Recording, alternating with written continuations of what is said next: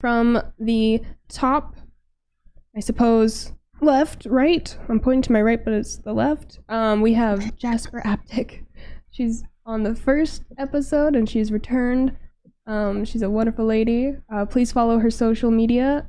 We should have a command just for you. Let's see, Jasper. Yes. Yay. Awesome. And to the right of Miss Jasper, we have the lovely Charlotte. Okay.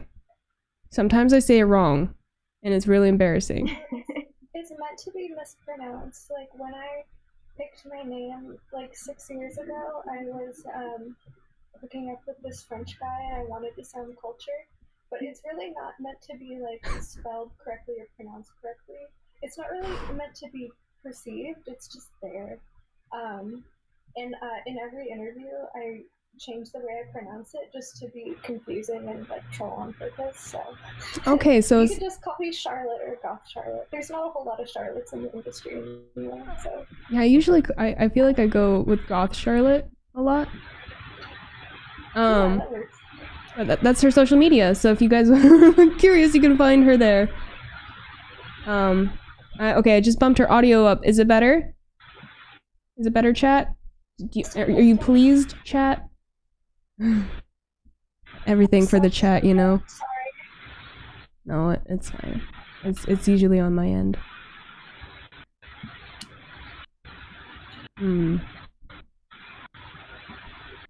There's some static. Okay. It's probably because of the AirPods. But yeah, I guess we can you can mute to yeah. Sorry guys. We do what we can with the technology we have access to. Damn. And then on the bottom next to me we have the lovely Hime Marie. She's a good friend of mine. We go back I think 4 years, right? Quite a bit. Yeah, it's been You were one of the first people that pretty much befriended me in the industry, and you're still one of my really great friends, so I appreciate you for that. Thank you. And some of you actually might recognize her from Twitch as well, because we've done some things in Vegas. That was a fun day. Oof, yeah. It was fun, let's just say that. Do we even remember? Back when I actually used to go do things. Yeah. Well, to do things, man, and this in these conditions, how has COVID changed shooting for you? I feel like everyone's kind of had a different experience, you know? Are you asking me, or you want someone else to start? I'm I was just wondering, should we have an order, or just first one who wants to go for it and chime in, or? Well, I guess I would say for sure, the biggest change, and you probably noticed as well, as the testing protocol just was completely out of order for a month or two there, and it's still not quite great, but it's as good as it'll get for now. So I'd say that's probably the biggest change to me, at least. Yeah. What about you, Jasper?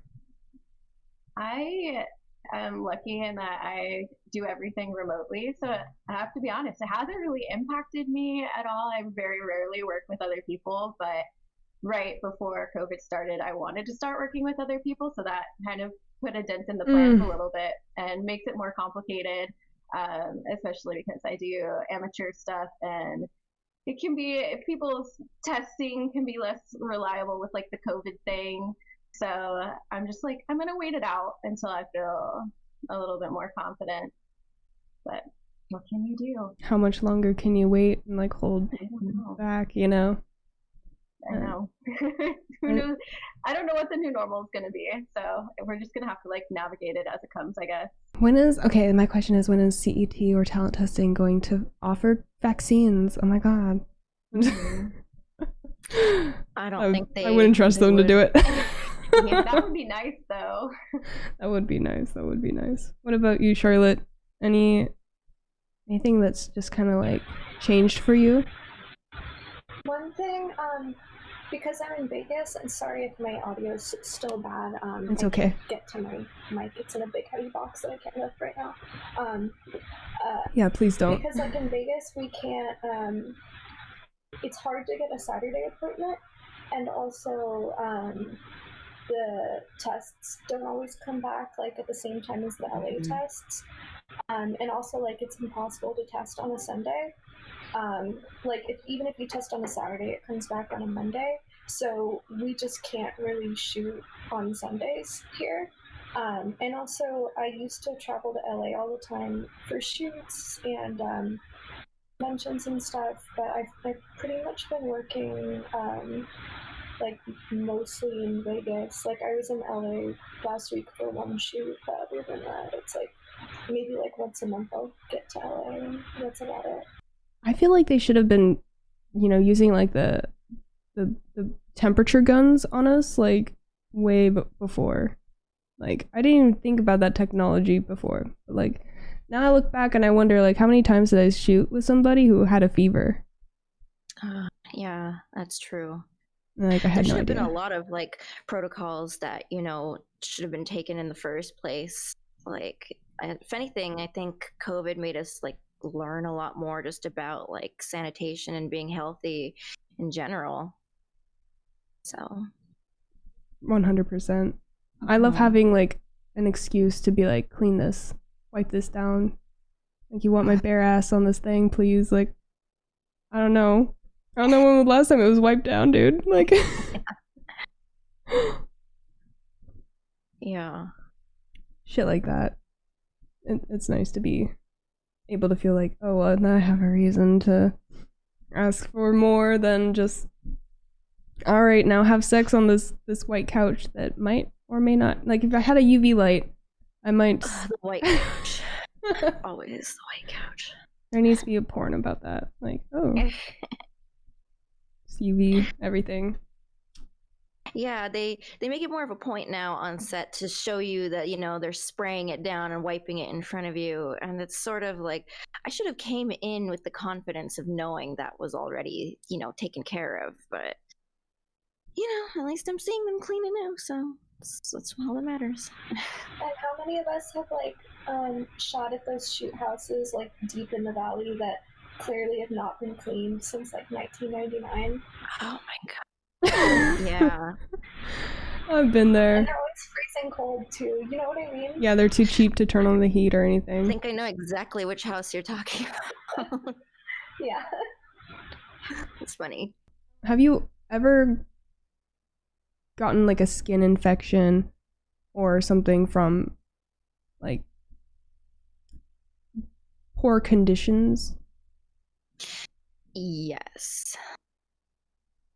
Like, I mean, our skin is a great defender of germs and bacteria, but like, I would say nothing like skin to skin contact. I've never really had an issue, but I think not to get too graphic, but I've had an issue internally from, I think, someone who like didn't wash their hands enough one time. oh no, yeah, was really upsetting. So I love to go on set and make a big deal about me washing my hands. I'm like, yeah, I'm gonna go wash my hands very loudly, and then everyone just kind of like looks down at their own hands. They're like, me too. I've experienced that. I've experienced the repercussions of dirty hands, and it is no fun. Not fun at all. I've also experienced, guys, don't ever take photos on a dirty tractor in a junkyard naked. Don't do it. It's very bad for your skin. Something bad might happen to you, especially if there's cows nearby. Just take it from me, chat. You gotta get a biopsy, and then they tell you something scary, and then, I've been through it. Anyway, Sorry you went through that. That sounds horrible. It was. Yeah, it was definitely not fun because, as a performer and as like, a jackass first and foremost, like I'm like, hell yeah, of course I'll climb on this tractor and take nudes. Fuck yeah. And then like to to get like a literal like skin infection from just the filth of the surface I was on. Like, I wasn't even thinking about that, you know? Oh, and the ancient dust. Because we like filmed this thing in a dirty old trailer. Like, you like smack the pillows and you just see like a plume of dust. It was so gross. Did the content come out looking cool though?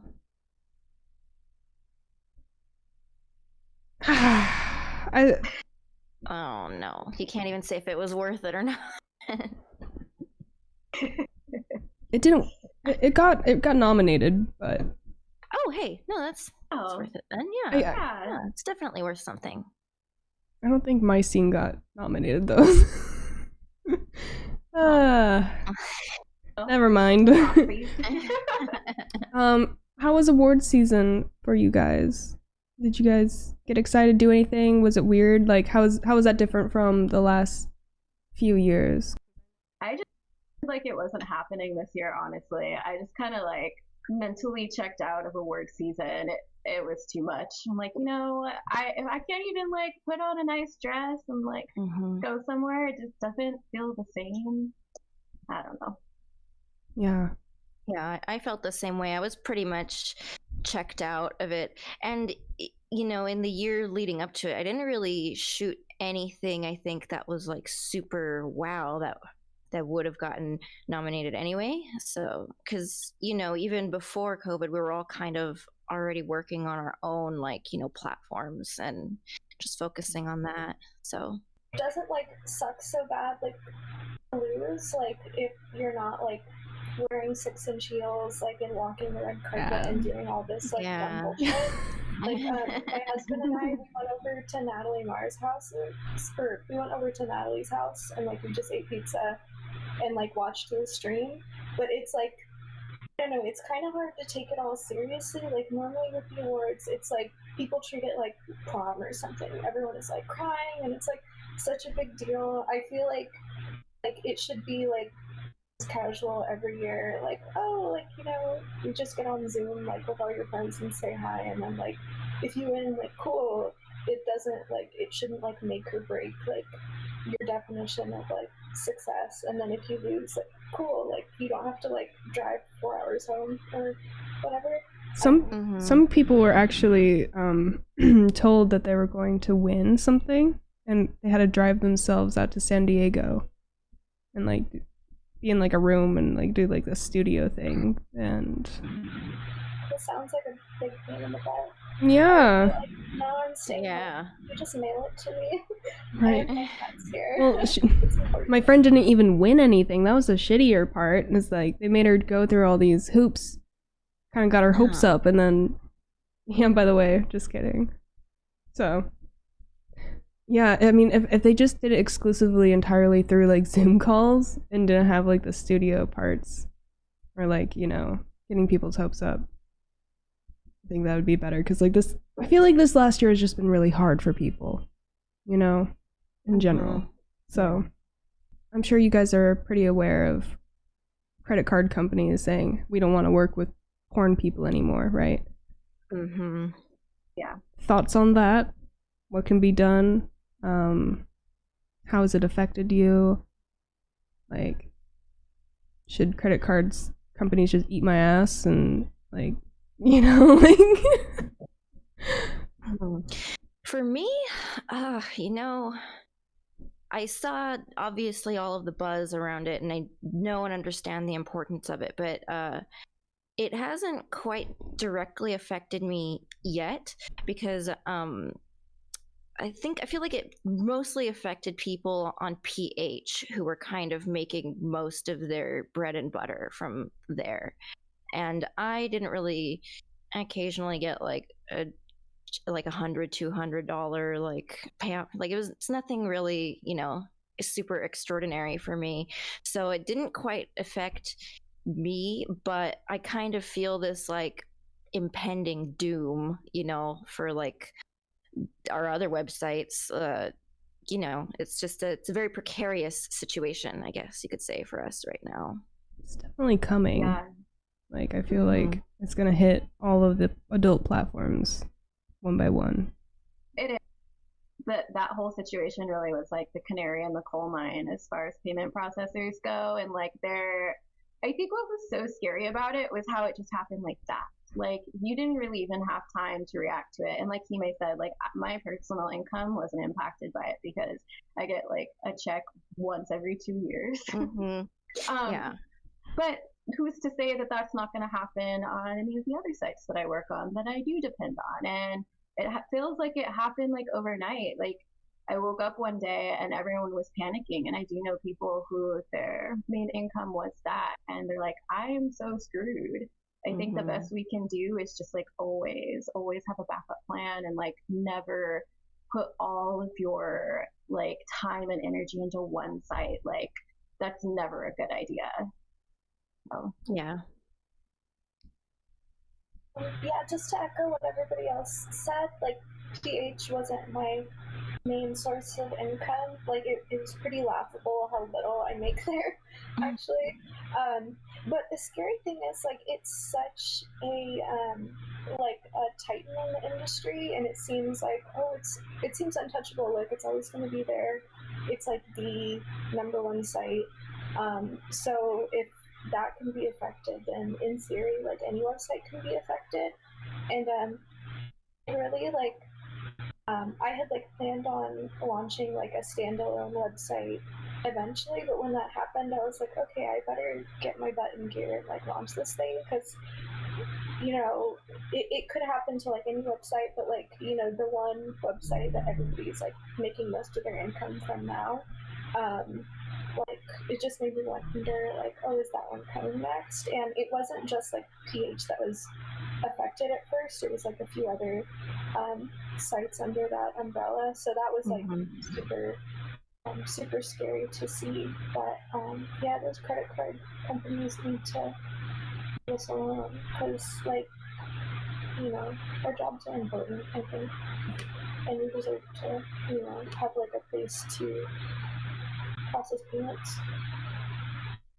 100%. Yeah. So credit card companies, God the Charlotte said leave us alone, so you have to leave us alone. Let people pay for porn, for fuck's sake. Yeah, and if people can't pay for porn, like, we're eventually just gonna have to stop making it, and then people are gonna have to watch stuff from like 10 years ago, and you'll never have anything new, and that'll be so sad. Do you guys want 70s Bush back? Is that what you really want? That's the fucking... You want to rely on your dad's fucking Playboys that he stuffed in this old sock drawer? Come on, man.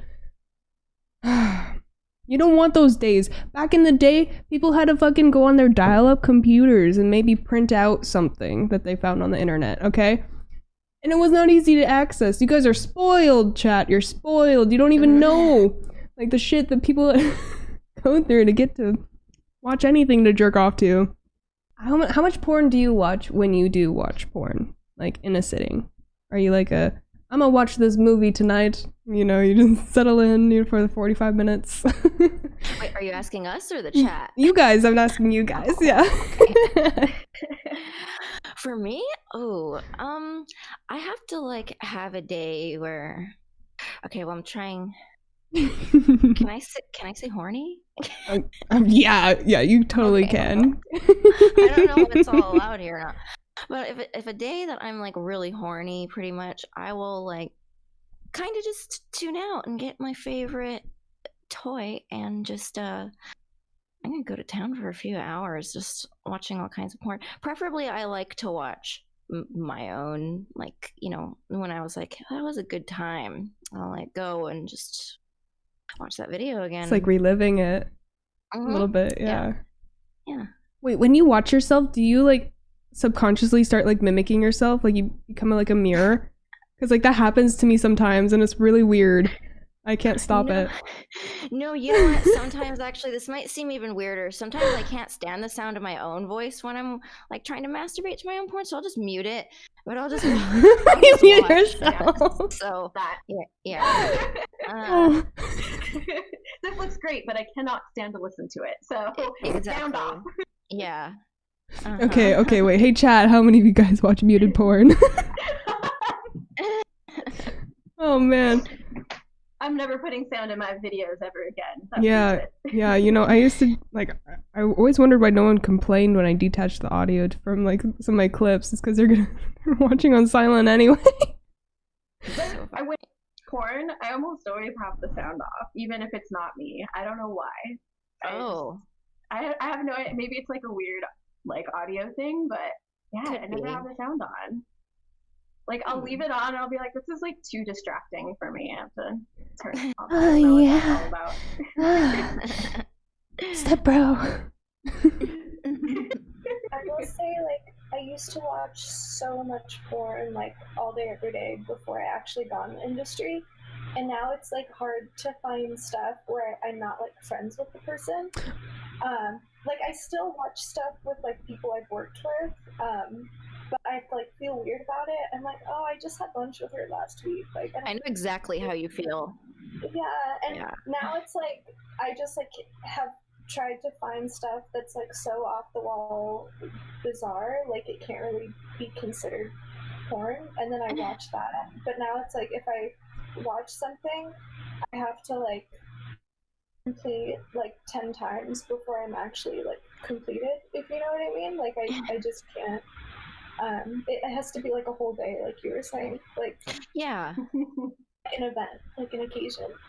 Yeah, absolutely. And it's funny that you said, you eventually go looking for something super bizarre, not too familiar, because you're so used to seeing everyone. I've heard from other talent before that a lot of them watch hentai now because they can't watch their peers, basically. There's something about the new 3D animated porn that I see. There's something about the way that the textures move and the hair moves that's so uncanny to me. I can't put my finger on what it is, but it looks very nice stuff, but it's just something that's too perfect almost. You can't beat them, join them. You just gotta get an avatar of yourself. I know. You can be whoever you want to be, and someday if you want to have long blue hair, you can have long blue hair. Oh I don't know, man. It sounds kind of sick. Kind of want to do it. Okay, when you put it like that, I'm in. Okay, I've changed my opinion. Okay. I'm scared people would like the avatar me more than the real me, so... And then what do you do? That's the risk. Yeah. And then what do you do? Oh my god. Listen, Hime, you're a really nice girl, but I honestly prefer virtual Hime. Yeah. Virtual Hime doesn't bitch at me as much, so something like that. She's nicer. Yeah, she's nicer. I think that the future of porn content is definitely moving into the self-made, self-produced direction. Just because technology has made it so much easier to produce our own stuff. But our platforms that support that kind of content are getting more and more narrow. Mm-hmm. And it's you see even on Twitch you have girls who they'll purposely flash or do stuff to promote their OnlyFans, or creeping onto TikTok or Instagram or platforms that aren't made to advertise adult content. Mm-hmm. And it's the more that they censor us from actual adult platforms and take away our monetary sources and stuff, I feel like it's only going to make it worse. Hime, do you remember that one time I slept at the foot of your bed? Was that... Oh, shit. Was that in Vegas? Yeah, it was Vegas. Oh, God. Okay, so the only part I really remember from the end of that night is getting pizza and us just scarfing that pizza, and we all just crashed on the bed because we were so drunk, and I got mad at Kyle because he tore my hair extensions out. I remember that. Yeah. He tried to pick you up and put you on the bed nicer, but you had your head back and it just dragged your head a little bit, and your weight just Oh. I'm glad that wasn't caught on stream, but I will say I know that stream exists of us out there. I just don't want to go back and I think a lot of it's deleted. Like I think there's some like highlights and clips that exist maybe, but yeah. I think the actual stream itself is deleted. That's probably for the best. Good times though. You know, the guy I was seeing at the time, he thought that we totally fucked that night. No, we were way too inebriated to do any of that. We were just thinking about food and sleep by the end of that night. We finally made it to her hotel room. Like, you know, surprisingly, I don't think we were that hungover that next day. I think we were like, I can't remember if we were okay or not. But we were great. I went home just angry that I was being accused of sleeping with a hot girl when I didn't. Like, I wish I did, but I didn't. Okay, I'm mad about it. We coulda. It would have been, you know. And we still can. Oh, that's true. You're right. Oh man, but yeah, I remember just getting a phone call, and he's like, "I saw how you were with her, and like blah blah blah, and you guys definitely had sex. How do you expect me to believe that you didn't fuck?" It's like I actually fell asleep on the foot of the bed. Yeah. On the corner, not even. I've never slept like that before. Like, how the hell am I supposed to fuck anybody like that? I feel so bad now. Like, I hope we gave you enough room. Or I was like trying to like curl up in a corner too, so you would like have more room. That was a wild night. I know. Do it again. Yeah, that was fun. Before the COVID mess. I think that was like the last time I did anything like spontaneous. Like, yeah, just saying, hey, fuck it, let's go to Vegas. I'm curious, what was sex ed like for you growing up? Like, were you like taught the religious side of it? Were you taught the science side? Was it just like public education? Like, was it your parents? I'm just curious. I was raised super religious, so I didn't get like a proper sex ed. I kind of had to like utilize the internet when I got a little bit older and figure it out on my own through a lot of trial and error that could have been a lot better if I'd had like some basic information. That my experience is like the way it shouldn't be with people who are raising their kids to like abstinence only, which like is not a thing. Like, it's not gonna work. Mm-hmm. Your kids are gonna have sex, deal with it. Like, at least like teach them to how to do it like the right, safe, comfortable way. But well, what were, if you don't mind me prying, what were some of the things that you found? Like, do you remember like just discovering that kind of like changed like your mind? Like, I think a lot of my discovery, it gets into this. We're gonna go down a dark road anyway, I guess. But I was educated that like if you were raped and got pregnant, you would have to carry a baby, and that was kind of like the conversation I had with my parents when I was young that made me want to seek more information. And that was the moment where I'm like, oh wait, like I'm not okay with that at all. Like, that's not, like, I don't want that for me. And so that's when I realized I'm like, I need to make sure I protect myself. And I knew I wasn't going to get that information from my parents. So that was what prompted that.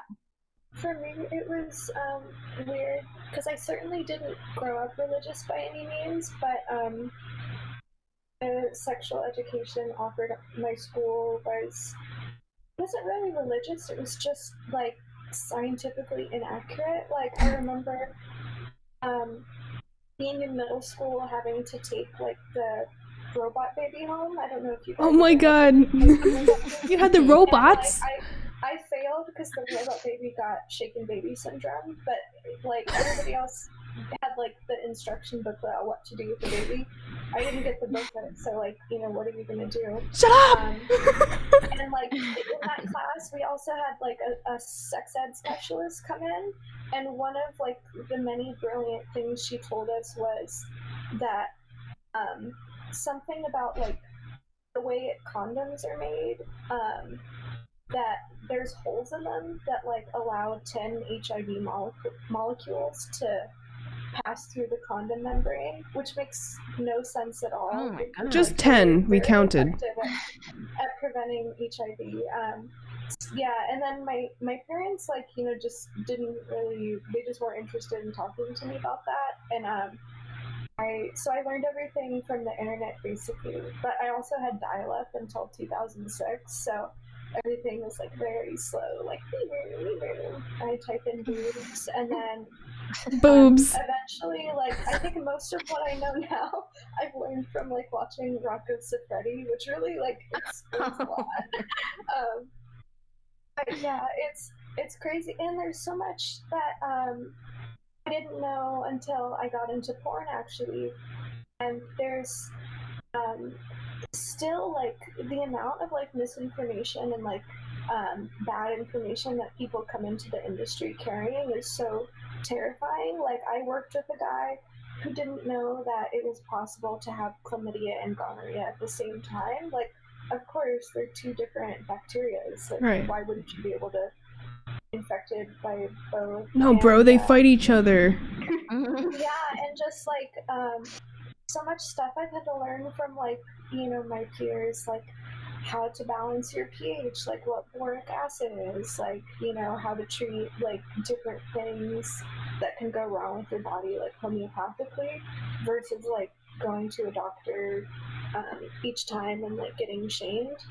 And it's crazy. Oh, and being shamed by so many doctors too for like the littlest things is crazy. But yeah, thank God for the internet and porn. Like, porn shouldn't be sex ed, and it sucks that it has to be, but I think like, you know, there's like good learning opportunities for people who want to like put good solid information out there, like in their porn or like on their social media. I don't know if that makes sense. Absolutely, you make perfect sense, don't worry. Well, as far as like my sex ed went, my parents pretty much were, yeah, I had a pretty typical religious upbringing, and they didn't really talk about sex at all. They pretty much just left it up to the public school system to teach me what I know, and I learned, you know, the basics of how to make a baby. But of course, in school, they don't necessarily teach you, about your body in general. And other things that could happen, which is really important. And yeah, my parents kind of raised me with the idea of, don't have sex until you're married. You should only have sex with one person forever. That's just how it is. And I mean, now I do porn, so it's kind of a toxic idea, though, to instill the idea that there's only going to be one person for you.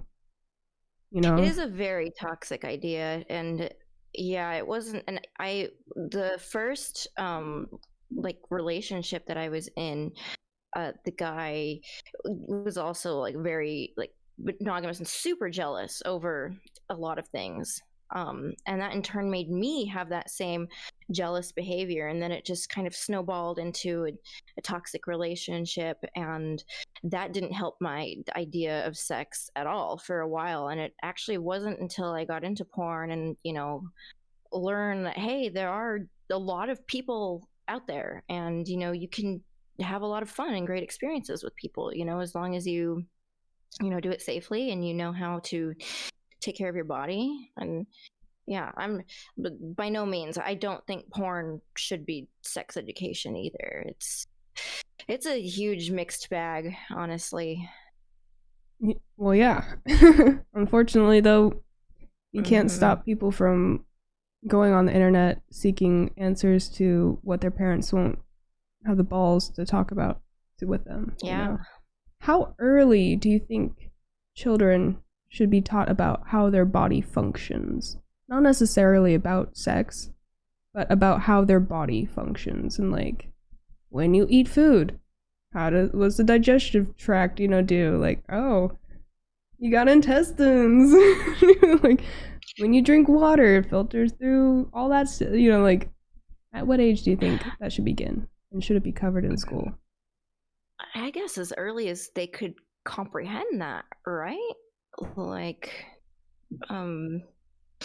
I think I started learning about like the digestive system and like just all that basic stuff in like first or second grade. I don't remember.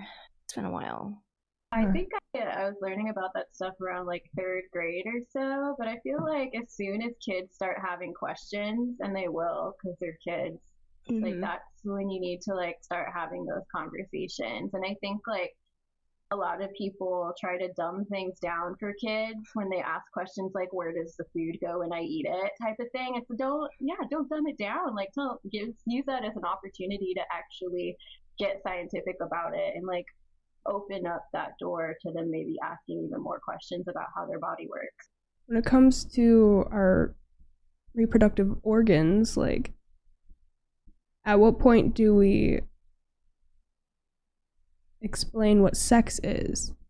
Because like I was talking to a friend last night about what is sex, what determines what sex is. Like, like it's not necessarily penis in the vagina, it's much more complicated. There's probably a way to like talk about sex in a way that's very general, of like two or more people choosing to share their bodies with each other in an intimate, consensual way. And I think before the sex conversation happens, I think consent conversation needs to happen. And, that's, I think, then leading into sex and being like, okay, when somebody asks you for a hug and you don't want to give them a hug, you can say no, and have those types of conversations about like how our bodies are interacting with each other, even in non-sexual ways. And that can kind of like lay the foundation. And then you can get into the nitty-gritty of like, sometimes there are couples and sometimes there are 3 people and sometimes there are multi-genders, because there's so much, it's so broad. But I think like at the very basic foundation, setting up the conversation about consent around one's own body would probably be a good place to start. I totally agree with that. And Jasper, I really like how you touched on like children should be taught things like as soon as they're capable of understanding them. And there's this weird patronizing attitude people have towards like explaining things to kids, like as if they don't have the capability of understanding them.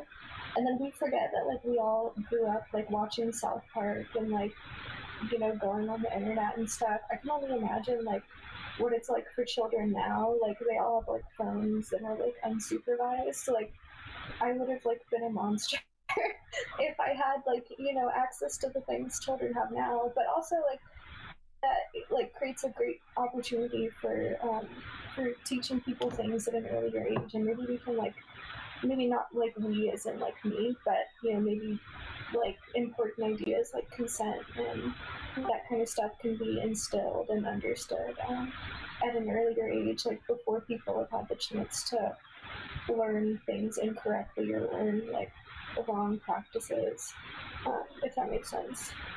Yeah, sex ed, I feel like there's no one good way that will work for every single person, but like to teach how things work, because everyone has a different everyone's body functions differently. Like you can't expect like a mom to be able to talk to their son about certain things, like unless she takes it upon herself to like really educate herself on things that she doesn't like. Oh, at what age should you explain to your kid that they have a prostate? Like what's a prostate?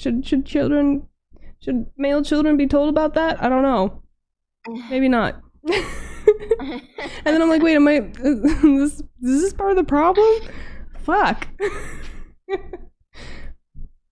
I don't know. I feel like, but all kids, maybe not necessarily kids, but all young people kind of know, like, are aware of their body, and that they have these parts. So yeah, I don't know. I guess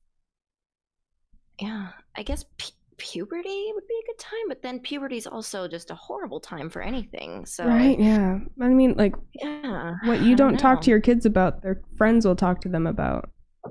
Yeah, exactly. Right. Yeah, and that starts happening before puberty. So it's like, I feel like if somebody doesn't get in there and give them good information, they're gonna hear so much random stuff from other kids. Like, I remember growing up, the types of things other kids would say, but I look back, I'm like, that's so ridiculous. But I didn't have any other information to counterbalance it. So, like, that was my truth, unfortunately. Well, yeah, I mean, shit, if your parents didn't tell you otherwise, then you're hearing from other kids, like, oh, what? Right. Yeah, damn. Oh, man. I'm trying to like think back about like how they tortured us in school. They showed us like a slideshow. They made us like watch a slideshow at home, and some kids got to like get out of it with a parent's note, but like it was just like pictures of infections that hadn't been treated for who knows how long, and like there's gonna be like some severe damage left, and they're like, all right, if you have sex, this is what's going to happen to you. You will get chlamydia and die, like straight up Mean Girls. Mean Girls. Yeah.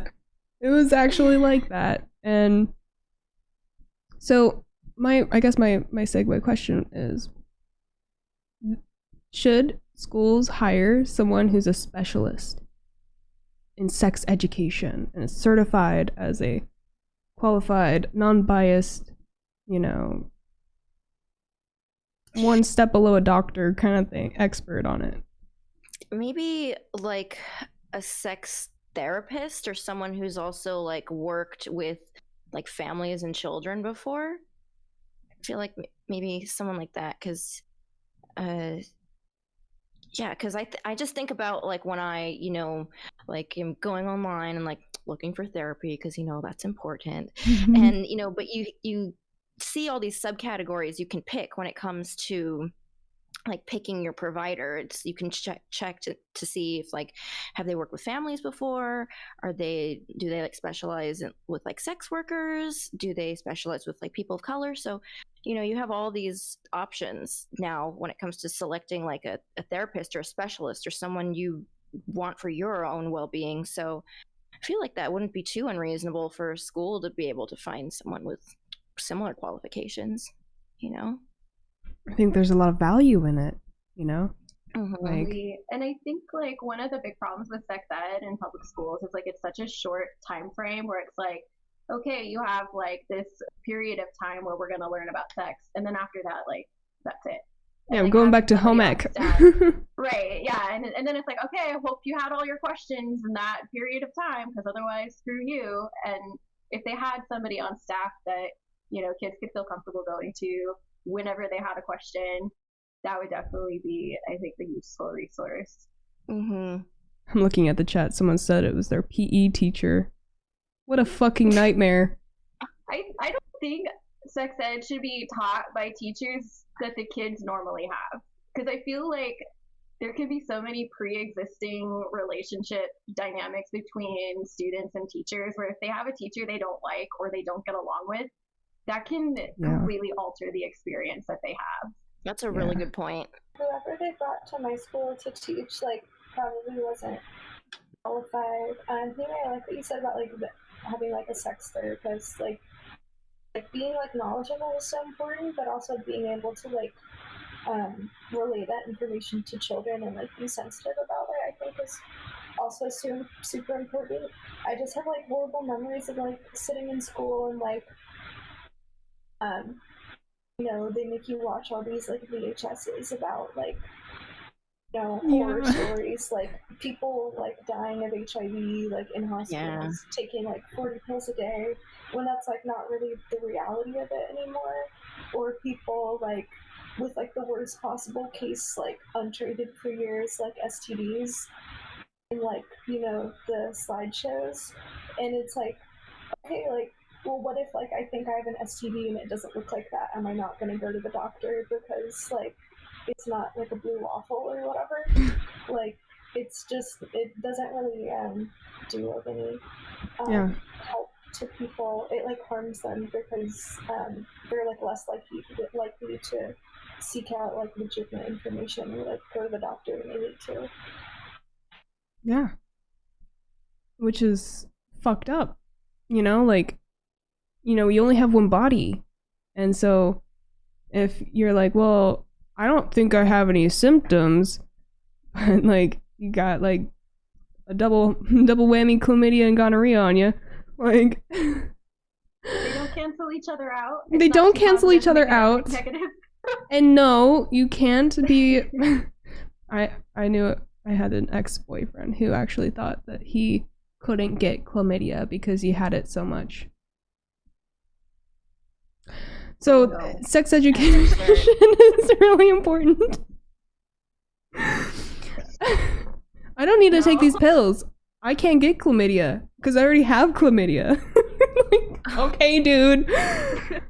All right. Do you guys have any advice for girls who look up to like these social media influencers and they think, damn, it looks so easy, you just have to post pictures, you know, and they essentially are inspired to become what, you know, a brand someday. They want to like open an OnlyFans, they want to, you know, like make money online basically and do entertainment, right? Do you guys have any advice for people who might be watching that want to take that route in life?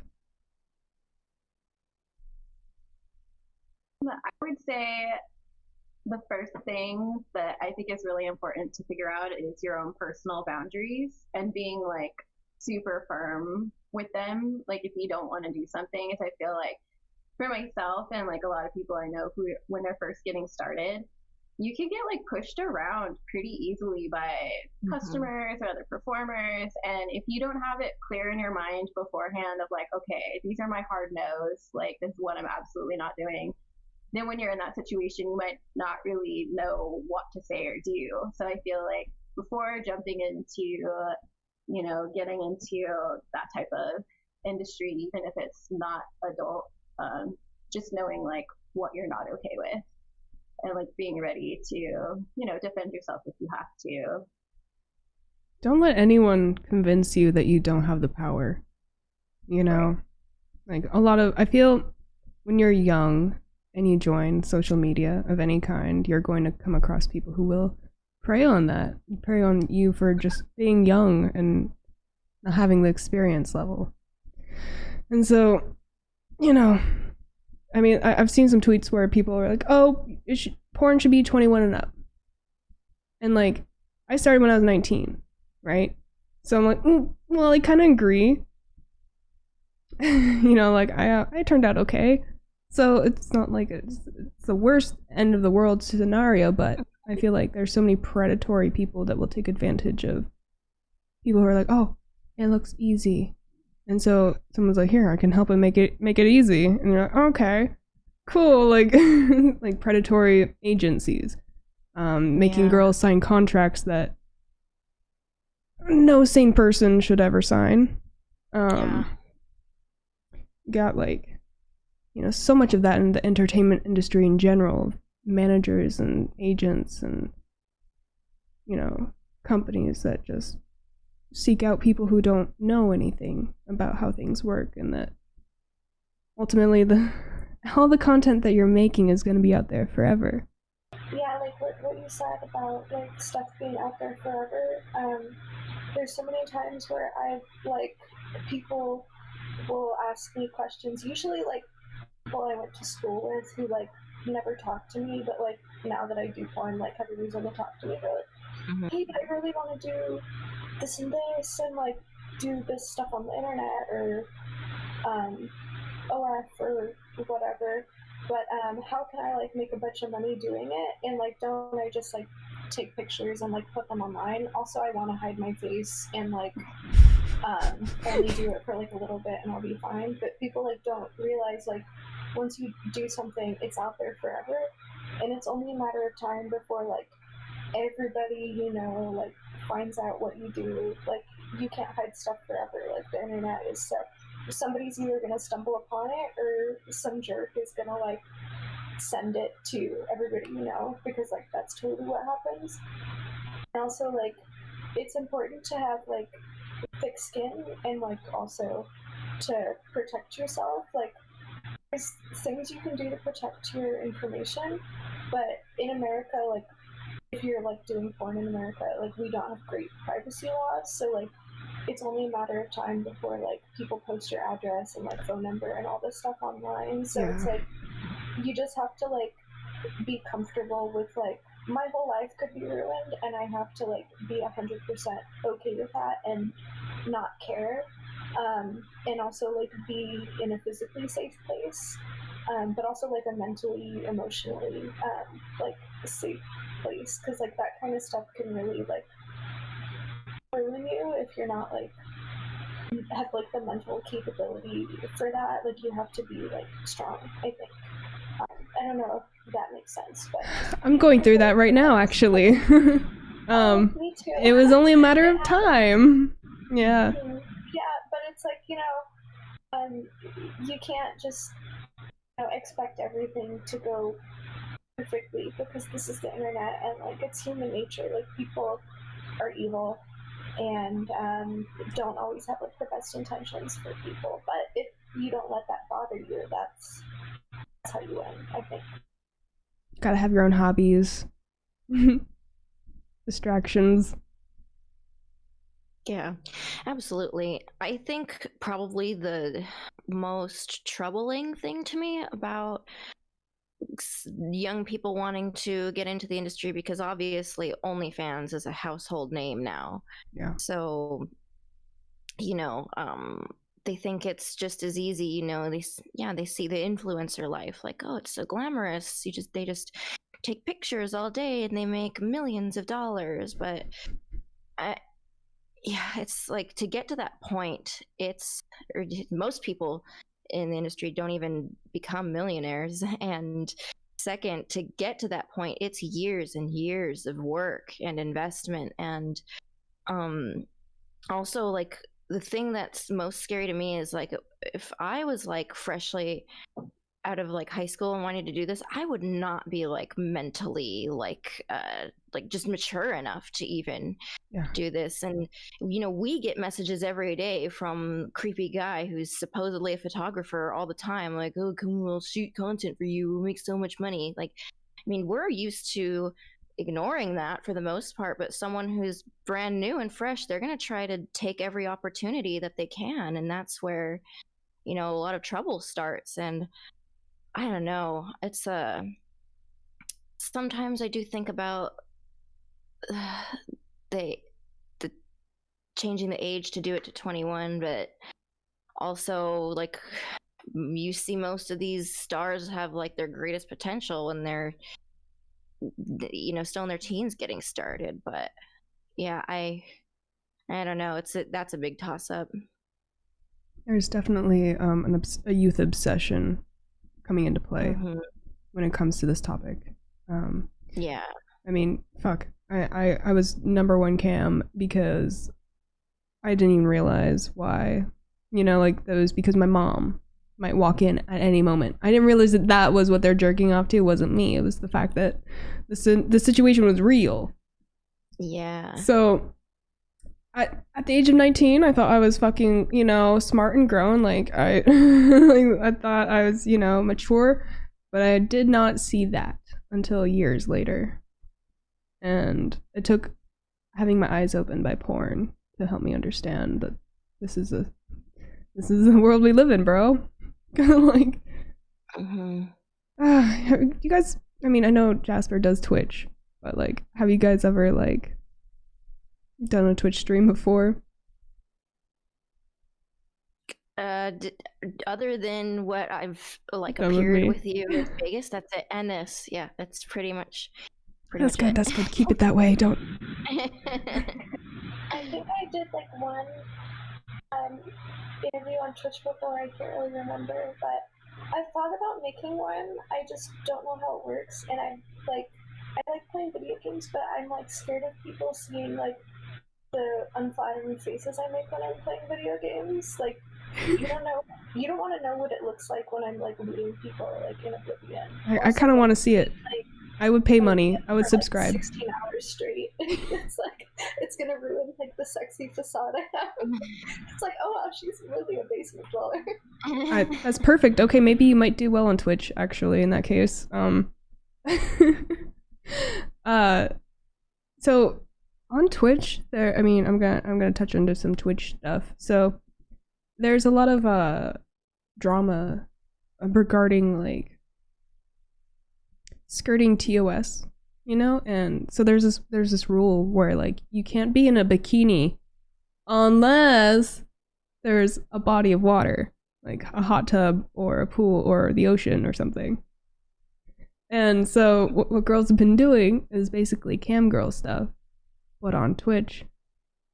And yeah, it's very, very interesting to see like this crossover of just like a softcore cam show be on Twitch.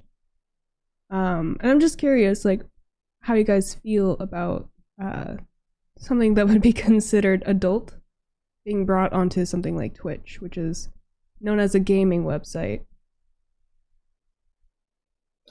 I would say these ladies should probably just tread lightly because there's probably a lot of youngsters watching. So yes, that's all I that's the biggest issue of why I bring it up is like they're definitely kids. They gotta be careful. Twitch is they ban people for pretty quickly for very little reason. So I'm always surprised when I see streams like that are like softcore, because I'm like, I feel like especially if you have like an online presence as a sex worker, I feel like we're more likely to tread really lightly because we know how easy it is to get an account removed for really dumb reasons. So when I see people doing that, I'm just taken aback by it. I'm like, how are you getting? First of all, how are you getting away with this? Like, and secondly, like there are definitely kids watching for sure. I don't know. I'm personally not okay with that. I always keep my Twitch streams like as like PG as possible. I mostly just watch movies, and like those will get kind of edgy sometimes. But like as for me and myself, like I try to keep it safe for work. Yeah. I mean, if you can put parental things on your kids' devices, but it's going to allow Twitch to go through. And so, like, I just knowing how kids are, they're definitely yeah, it's very interesting. I like to pick people's brains about it. Most kids can like outsmart their parents with technology stuff, so they'll just remember it. I'm really concerned about a lot of girls who don't have other options, like some of us do. Like I have Twitch and I have like my own OF, but you take those two away, I'm only left with porn income, and let's be honest, that shit is not that much. Mm-hmm. So I guess like the question is, do you think agents, it would be in their best interest to like help their girls establish their brands better? Like just telling them, hey, you need to like learn how to do this, you need to learn how to stream, you need to learn how to video edit, because you're not always going to be able to have other people do it for you. It's not going to be cost effective. But then I'm like, well, if I were an agent, I wouldn't want my girls to know how to rely on themselves. I want them to rely on me finding them work, so I was just about to say the same thing. Like at that point, like for me, I had an agent for like all of about a week, like when I first got in, and then I just learned how to do everything on my own and like shot a lot of my own stuff. But like if you like know how to like brand building or whatever, or like answer email, like get yourself set up on other websites, like there's really no need to like have like an agent or somebody to teach you that stuff. Like unless like you have like a really badass agent, and there's like not a whole. Evelyn, I think you're with Spiegler, right? Yes.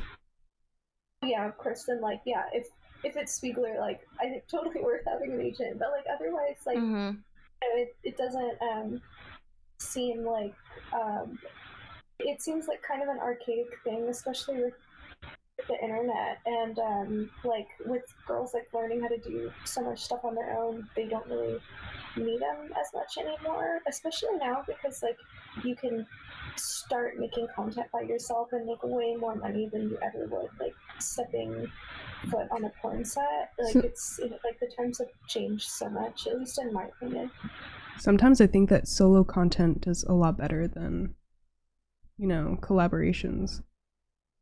Like it is, because I feel like a lot of these guys want the girlfriend experience. I have a great question for you guys. Is it better to get the girlfriend experience from a sex worker or get the sex worker experience from your girlfriend? I'll let someone else answer. I don't know.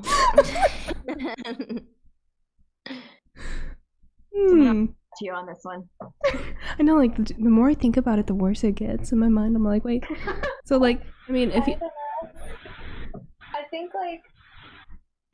the sex worker experience, like from the girlfriend, is the best case scenario because you have the best of both worlds. Like you have like sweetness of girlfriend with like the depraved sex acts of the sex worker, but like when you're getting like the girlfriend experience from a sex worker, it's just me like watching like 10 episodes of Hannibal in a row and like eating ice cream and like not vacuuming. Like that's like how I show up in the relationship. That's so hot. That is so hot. Oh my god. That's all I've ever wanted. Well, you're one of the few. Charlotte is the perfect woman. For those of you guys just joining, this is the Smutcast Podcast. Quick little shout out of who's who. Up here we have Jasper Ahptik, a wonderful, wonderful lady. We have a wonderful lady as well. Charlotte Sartre.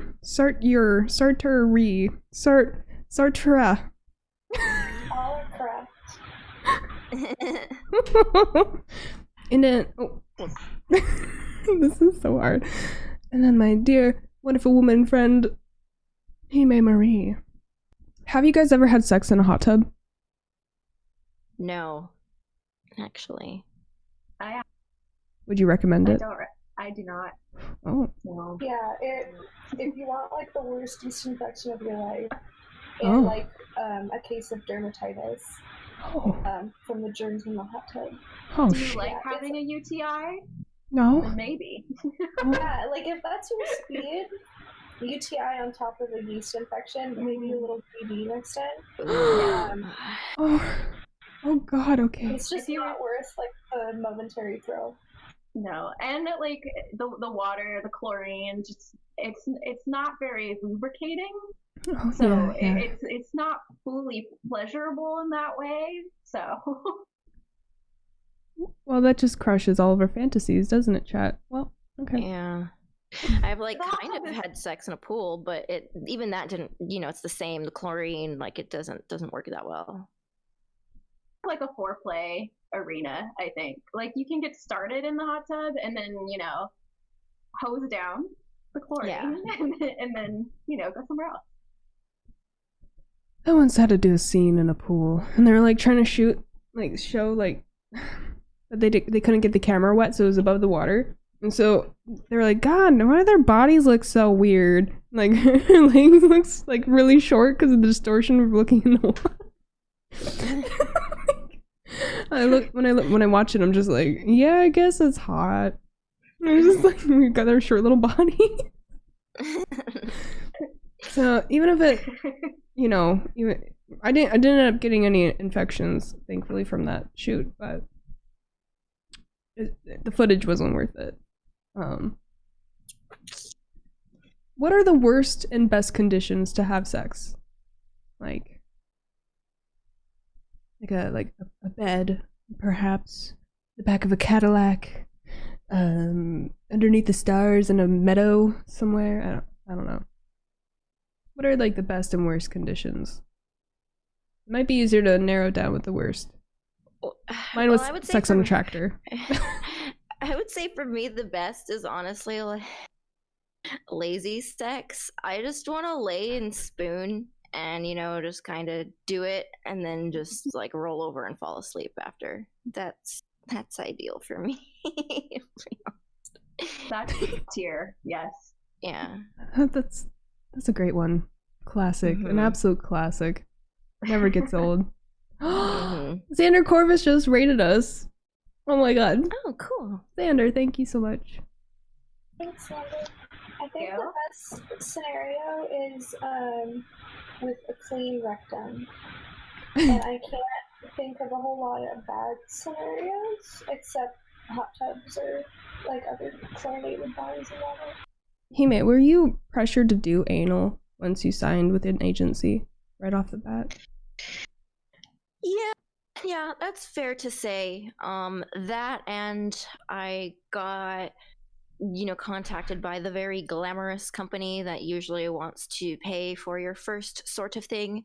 And it was an okay rate. I probably, you know, if I held out a lot longer, probably could have did a lot better with that. Yeah, I don't regret it. I don't regret doing it, but I do wish I had held out a little longer because I think it was only my 3rd month in to the biz I did my first anal scene.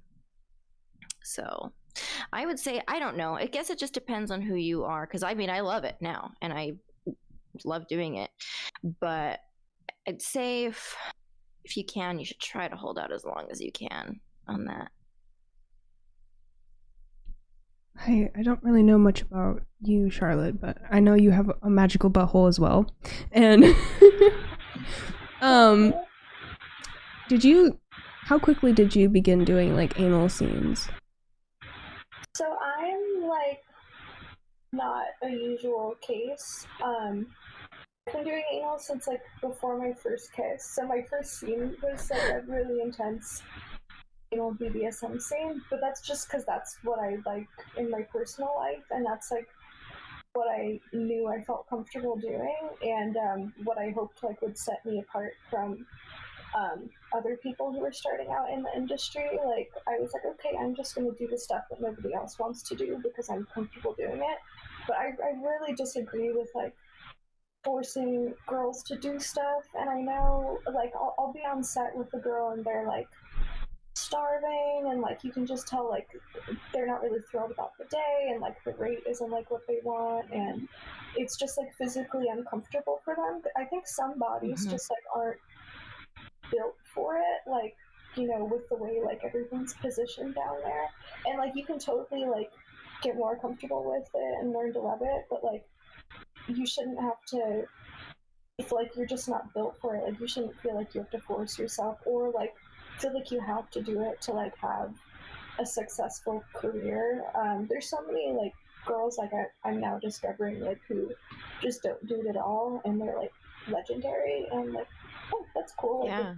But yeah, just like, and like I've like been certainly like coerced into doing other stuff I wasn't exactly comfortable with, just because I felt like I had to for work.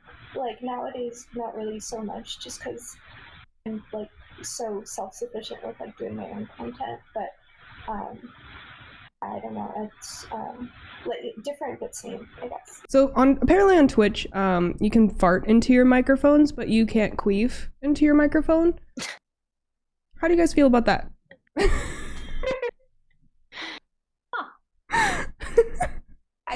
I didn't know. I didn't know it was an option until right now. Just that. How would they tell the difference? Like, is the audio different? Something to me. Yeah, that's a good question. How do you know the difference? Hours of grabbing the microphone and like holding it in front, and that's like how to differentiate. That makes no sense. That would be like really awkward, like to police, or also to like appeal, like if you've been banned for that. Like, hey, I know that sounded like a queef. Swear to God, it was a fart. Like, easy mistake, I know, but like, can I please have my account back? It's so funny. Yeah, so a girl actually got banned for doing this. For queefing? Yeah, she's. They're like, oh, that part sounded way too vaginal. That was. She. The clip is actually hysterical. I might share it with you guys because I'm immature. But like, it was, you know how like a guy is just kind of like, oh, I'm gonna fart in your face, bro, ha ha, you know, like very gross humor. That's kind of like how her take on it, and she's like, yeah, guys, did you hear her sucking my vagina? Like, and it sounded so disgusting. Like, it sounded very wet, and she got banned. I thought Twitch couldn't get more wild. It just does. Yeah, you can't do that. Oh, Xander's here. Great. Let me reorganize my camera. Hello, Xander. It was just this conversation that really just drew me in. I was like, okay, this is getting awesome. Yeah, let's weigh in on this. Just kidding, I don't want to. You guys go ahead.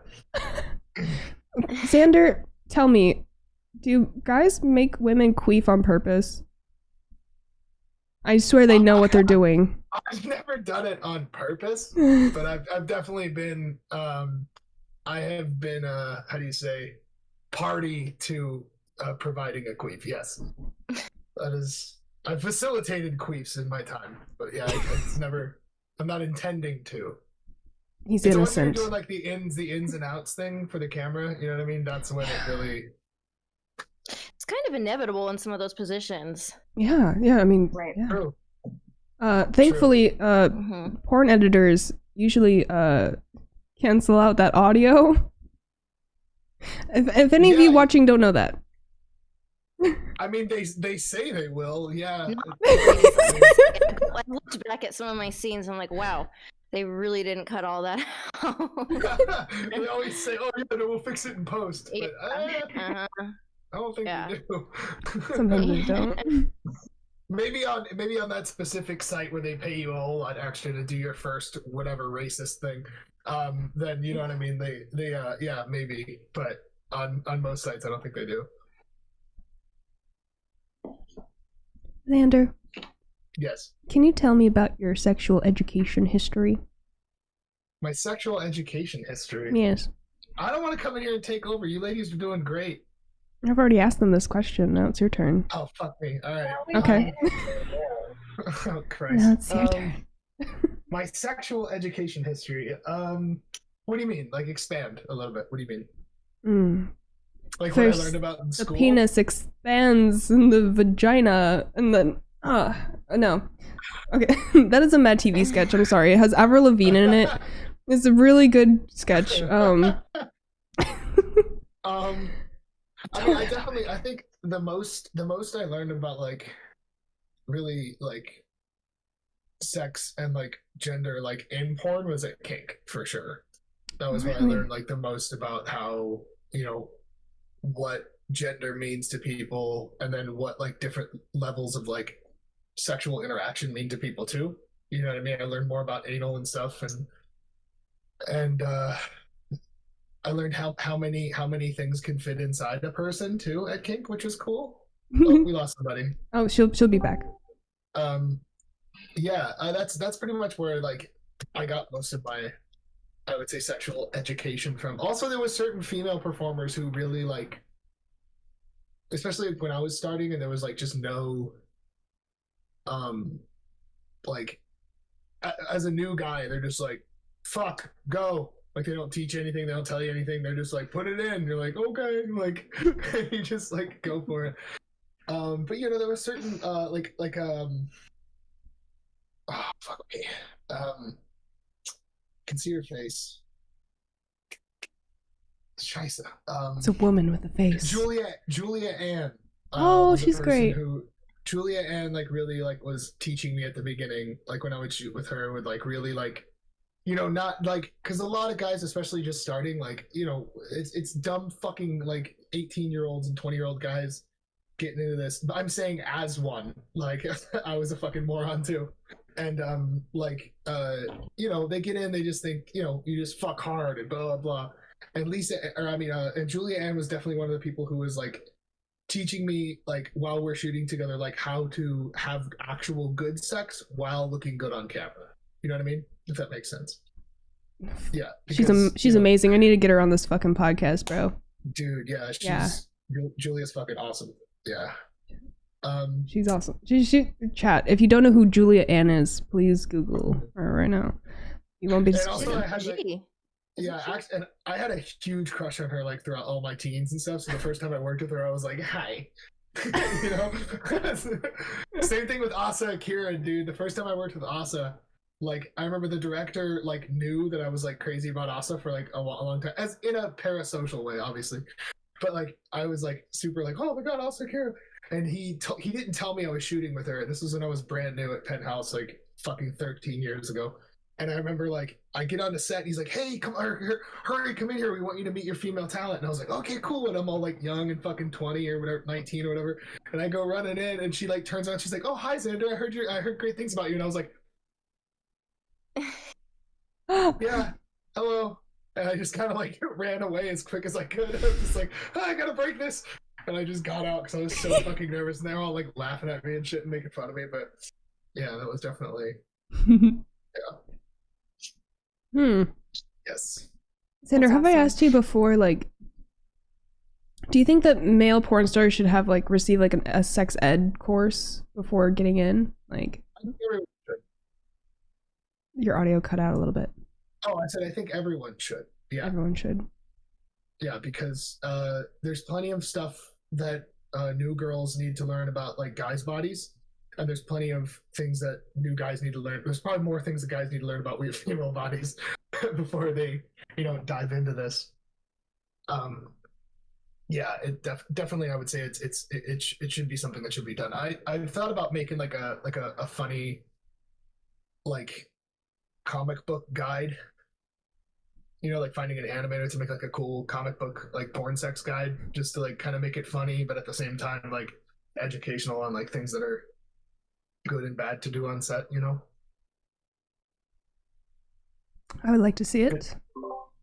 Yeah, I feel like Lance and Charlotte would be good at helping like with something like that. I'd love to help with anything. I always have good ideas. Yeah, I try. So what about y'all? What do y'all think for like, you got a male talent here? Beat me up. What's up? He likes that. Tell me what would you like to see male talent I guess do in scenarios, like if you guys shoot with male talent, I guess. That's a hard one. I thankfully haven't had a male talent that have like been like so displeased by, so yeah, it's hard to say. I think the only thing for me was just that like bothers me is when a male talent doesn't treat it like it's a job. Yeah. We're supposed to be professionals here, man. Like my camera like focuses to my eyes. It's so weird. Okay. Yeah. Is there any other like specific things that you wish people would think of? Like, well, I think. Oh, sorry. You go ahead, Charlotte. Sure. Yeah. Go ahead. Okay. Yeah, I feel like that like consent and like boundaries and stuff, and like asking like, okay, what, like if you want to like do stuff with the performer like off camera to kind of like keep things going all day, like ask them, because like that's okay with some people, not okay with others. Also like technical things like fingering, like I've been like injured and like gushing blood from like improper fingering before, and like like if you're like doing an anal scene with a girl, like ask if it's like okay if you go ask to pussy, because like that's okay with me, but it might not be okay with some people because of like the risks of bacteria, cross contamination, and I think just just like little things like that, but like the consent is like for sure the most important thing, and it like ties into everything else. Like if you're not sure, just ask. Yeah, that's why I always do my nails before a scene. I actually ask girls to do that too, because a lot of times, like in like reverse cowgirl, like some girls will do that fucking saw blade thing with their sharp ass nails, and if they, dude, it's happened to me so many times. Like they'll do this thing, they're like, and then it's like, and it just slices your dick open, and it's terrible. Like it happens a lot to me. It's really annoying. I had to start like at the beginning of scenes when we're going over like consent lists and boundaries and all this stuff. I always mention that, like, hey, if you're gonna do that, could you like make sure you round it off, or like just not, maybe do that at like half speed or something. I don't know. I'm like, oh my god, like, could I cut somebody with these? Shit. Yeah, I agree with Charlotte about the consent thing is really huge, but also kind of going back to what Evelyn said, how some people or some guys don't treat it like a job, or I feel like, we try to do our best effort on set to like have enough chemistry with someone to make the day go well. We both have a good time. But then there are some guys who are very needy to the point where they are kind of want you to make love to them rather than shoot a scene. And sometimes it's like, you can't always do that, and I want to try to make everyone feel as good as possible on set, but yeah, I think some guys are very needy when it comes to like what they need to keep them up, and there's only so much I can do after a certain point, I guess. That's how I feel.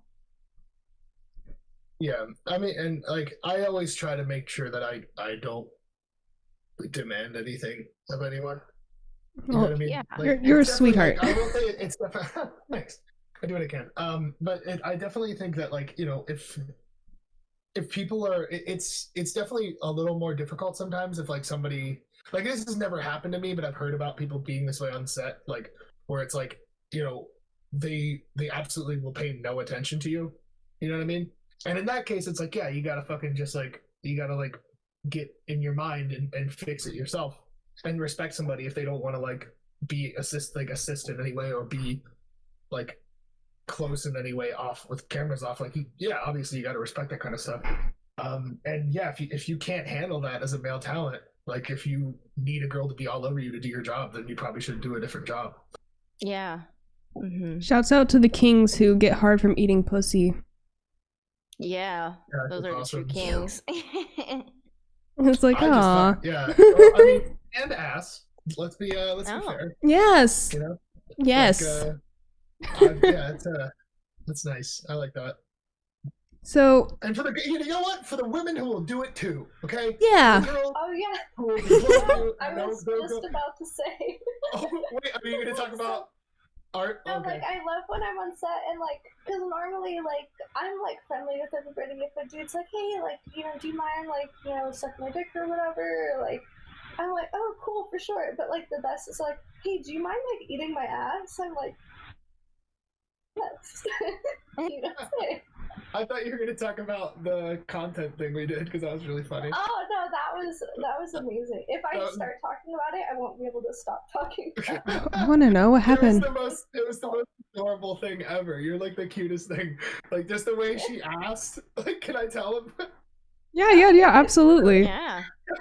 So we were doing the second part of the scene, like, because first we did a regular boy girl, and then we did a BJ after, and then at one point, like, she's like, I think this is on camera too. Like, you were blowing me, and you were like, "May I eat your ass, please?" And I was like, "Yeah." And you were like, and you got, like, it was the most pure, like, wholesome joy I've ever seen. She did. I'm so glad, like, you appreciate it, because like. Like, I'm, like, so respectful, like, other people's consent, but, like, there's nothing more, like, heartbreaking than, like, in the middle of the scene if I ask and the guy's just, like, no, and I'm just like, okay, I guess we'll just sit you there. Oh. Like, it'll still be a great scene, but, like, now I'm, like, a little sad. It was super great. They're missing out. you know? That's their loss. Yeah, I mean, I think a big thing about sex that's like kind of, and I will say I think it's a lot of guys who miss it, and I missed it for a while too. I think like the actual like full exploration of another person's body is what makes it really fucking amazing too. You know what I mean? Like it's not just like, yeah, penis inside a thing, woo. Yeah, oh no, shoulder. I know, I'm getting hot in here, but I'm trying to, there's children. Gotta think of the children here, Right. But yeah, I think a lot of people kind of just think it's like, yeah, blowjob and like dick and hole and like that's sex. Like, not really. Like, there's so much more that can be done and so much more that can be enjoyed about a person. I think porn definitely needs to expand its ideas of what we're filming that's sex, because there's so much to what could be sex that's not fucking doggy, missionary, fucking, like there's no like names for these things. You gotta make your fucking positions fun and interesting too. Like I've been doing this for fucking 13 years. Like the 4 positions are boring. Like you gotta like do something weird with it. Like, do a doggy but fucking lift her leg all the way up. Like, why not? Like see what happens, I mean, ask her, but Hey, can I take your leg for a second? Thanks. I love when a male talent actually has and I do love it when women do too as well, or whoever I'm working with, when they will communicate. Communication is so fucking sexy. God damn it! Just you clearly are telling me what to do. Yes, sir. Yes, ma'am. Like I'm already there. I'm on my way. Like, I love when someone actually knows like how to describe what they want. They're not just like sitting there like putting up with something that doesn't feel great. I think that so much of like sex, like what's really good sex is like that stuff that you're really in tune with that person, and you're really exchanging like a moment where you're like, this feels great. Like I want to keep, like. I love that shit. And I feel whenever someone asks me like, hey Evelyn, what's the difference between sex, like when you're in love, and then sex and porn, I'm just like but I think the answer lies somewhere in there. Like porn is so orchestrated and choreographed. Yeah, it's gotta be more freeform for it to be fun. I would really love more male moaning in porn, but then all the viewers get mad and they're like, this guy needs to shut up. So yeah, what's up with that? Yeah. Well, do that for your content too, Yeah. You can make that difference in your own content. Like if you want the guy to be more vocal, but like a lot of the websites that people shoot for aren't going to want that. Because a lot of it is geared toward cis men, so if they hear some fucking grunts and groans from dudes, it's gonna like deflate their fragile boners. Listen, if you're struggling with your ego, just be louder than the male porn star. You need to jerk off and be get really accepted. Put your chest into it. You're the alpha. Don't forget. Would you guys hate me if I had to log off? I have another conference thing at 7. I'm just so thankful that you made it and got this far, and it was wonderful to have you. I'm so honored that you asked me, Jasper Ahptik. It's so nice to meet you both. Nice to meet you too. Meeting you. Evelyn, always great seeing you. Xander, it's always really nice seeing you. I get too. A little sweaty when I. Where can everyone find you? I do too. I'm Goth Charlotte on everything. Oh, stop. Yeah, I'm Goth Charlotte on everything. And I'm on Google. Excellent. Everyone, go give her a follow. Go subscribe to her sites. She's really fucking incredible. I don't think there's many performers like her. She's a real special one. I agree. Thank you. Bye, everybody. Love you all. Mwah. Have a good night, Charlotte. Thanks, you too. Bye. All right, we're going into sudden death for this interview. We are now focused on Jasper. Jasper, tell us about the the best time you ever had on a cam show? Cool. Okay. I've ever had on a cam show is also simultaneously the worst time, but there was something very unique about it that made it special. I one time was adjusting a leaning mirror, and when I walked away from the mirror, it fell on me and broke. And it was like a 6.5 foot mirror too. It was really big. And I destroyed a 6 foot mirror live on cam, and it was in the moment terrible, but it's also one of my most cherished cam memories. And that's where the bad luck began. Yeah, and then COVID happened. So oh my god, you triggered COVID, dude. I didn't mean to. Sorry. Damn. Well, I hope everyone tipped you really good for your a good night. So I think it was okay. Worth it. Enough to buy a new mirror, I hope. Yeah, but now I haven't replaced it because I just don't trust myself with any mirror that leans against a wall. So I'm banned from owning them until further notice. So I regain my confidence.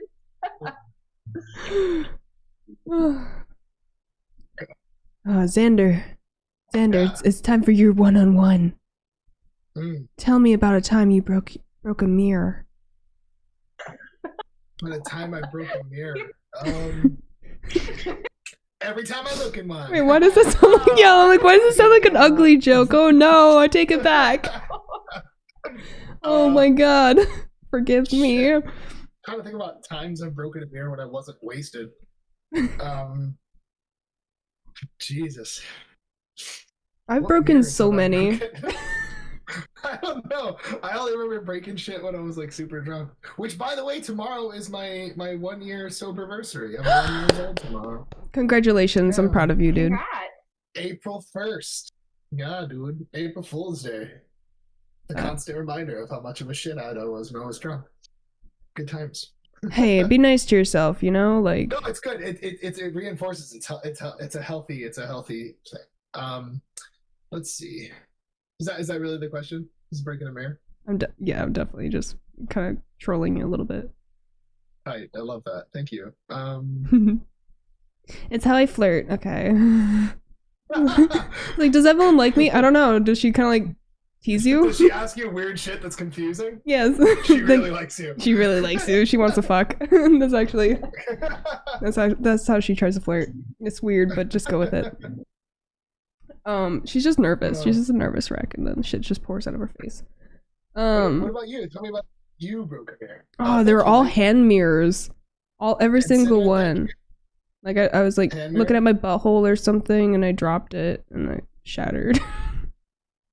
And one time I was using a hand mirror, and it literally just like the handle broke off, and then it shattered. Yeah, not very much luck there. I saw my friend break a rear view mirror, or not a rear view mirror, one of the mirrors in a car. Oh yeah. Like that fold down because we were playing that Padiddle game. Remember that shit? Nobody else is from the Midwest.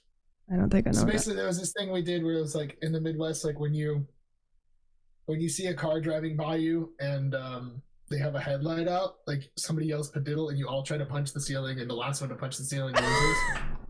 And we were all like super stoned in my car. I think it was my car, yeah. And my friend Beanie was sitting in the front seat, and somebody yelled Padiddle because we saw the headlight out, and Beanie like punched so hard and fast that he just like shattered the fucking mirror inside the thing. So that was fun. Oh man. That was I got my vaccine shot today. Yay! Congratulations. Yeah. Do you feel any like? How's the site feel? Does it feel a little sore or anything? No, it's fine. The microchip, I can feel it like setting in.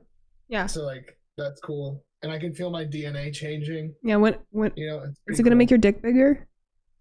Oh, that'd be neat, right? Yeah. Yeah, I'm really looking forward to test that out. I'll let you know if I see a difference. Yeah, thank you. It wasn't bad. It was. I think I do have a little bit of brain fog. I'll say that. That's true. Whoever said that in the thing, I do feel a little like, bleh. But I think it's just Lord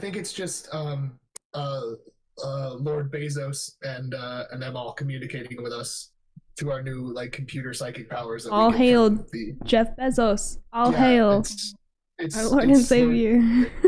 It's Lord Bezos and Lord Gates just speaking to us through the vaccines. So pretty sure that's all it is. Welcome back. I really love trolling people with that. I can't wait till my mom asks me how it goes. As soon as my mom's like, I had an argument with my mom the other day because she was like, we just don't know what they're putting in these, so I don't know if I can get one. And I'm like, that's so fucking stupid, Mom. Like, I love you. You guys all got COVID because you did fucking Thanksgiving together and then tried to say, oh, well, we can't say it's Thanksgiving that gave everybody COVID. All 15 people that were at Thanksgiving got COVID. But yeah, so I have to try to convince my mom now to get the vaccine. It's pretty wild. Tell her it's a tetanus shot. You know, hey mom, I got a free tetanus shot for you. You know, little lie. I'm just gonna get like a dart gun and just like yeah, my mom with a fucking tranquilizer dart gun. Yeah, that's how I'll do it. Just set a trap, you know. Do you think that once a majority of performers get vaccinated, the COVID testing will go away? Do you think the COVID testing is here to stay, and for how long? Like another year, a couple months? I think the thing with that is even if people say they're vaccinated, we've already had people fake tests in the past. Yeah. So it's, that's not going to work. Plus, politically, it just looks good for us to continue to get COVID tests. Plus, somebody's making money off of it. So I think it's here to stay for a little while. So much money off of it. I agree with that. Capitalism. I mean, I'm jealous of you, Jasper. I swear to God, girl, every like 2 days I gotta get tested for COVID. Oh, you're vaccinated, Jasper? No, I'm just not working with other people, so I'm just completely avoiding the chaos. Yeah. I got vaccinated today. Oh, cool. Good for you. Oh yeah. Yeah, I'm just waiting. The wait list in Arizona, it fills up super fast. So it's just a matter of like when you get in at the right time. I'll send the link in the Discord chat that I got. And they literally got me. I signed up for it fucking yesterday, and I got in. Nice. Oh. Yeah. Okay. It's can I don't know if I can get it outside of my state though. Do you have to get it within your state? I don't actually have a Nevada like ID, and they just let me do it. I gave them my passport, and they were like, "Cool." Okay, yeah. I guess no one can dispute a passport, Yep. So. And then I sang the "Proud to Be an American" song, and they just let me right in. I didn't do that. I'm an American. I'm here for my vaccine. Hey, I'm here to get this liberal hoax vaccine. But demon rats want me to get a vaccine. I'm here for my microchip. Oh, America, fuck yeah. We're number one. All right, let me send this. I'm gonna send it in the Discord chat here. So, hey Jasper and Hime, do you guys know what suede is? Suede? Like the sex. Were you gonna say the material? Yeah, the material. Like the blue shoes? Like Elvis's shoes? Yeah, that's what I was thinking. I'm sorry. I'm sorry. I'm dumb. No. I thought the same thing. You're not. Wait, how do I get back to the video? I like messed up. I moved Windows. How do I get back? Where? Oh, never mind. I figured it out. Okay. Have you heard of denim? About plaid. I'm sorry. What is this suede? I'm so not hip and cool. It please.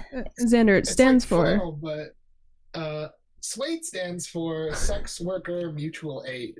It's a mutual aid fund out here in Vegas that Cody Vore, Summer Hart, and Tegan T-Rex and I started to help sex workers in Las Vegas with financial grants. Because during COVID, a lot of people lost their jobs. A lot of sex workers lost their income entirely. So we raise money and give like direct grants to sex workers in need, whether it's street-based sex workers, strippers, cam people, performers, whatever it is, people who need, a couple $100 to keep their phone on or keep food on the table or pay their rent. Whatever we can do, we try to help them. That's what it is. Yeah, that's amazing. Thanks for the shameless plug. Hell yeah. I try to be sneaky. Y'all ever play Among Us? Yeah, you guys are more than welcome on Fridays. We have an Among Us game that we play to raise money. It's just a bunch of sex workers and like a bunch of leftist streamers and stuff on Twitch and on YouTube who come on and they play video games with us, and we take donations for the fund. So if you guys are around on Fridays at 6 p.m. PST, we meet up in my Discord. Here, I'll send you guys Discord invites too. I don't really go on Twitch that often though, and I think the last time I played a PC game was the last PC game I played was like Borderlands 2 or something. It's been a girl. You might like Among Us. It's kind of fun. I see all the hype about it.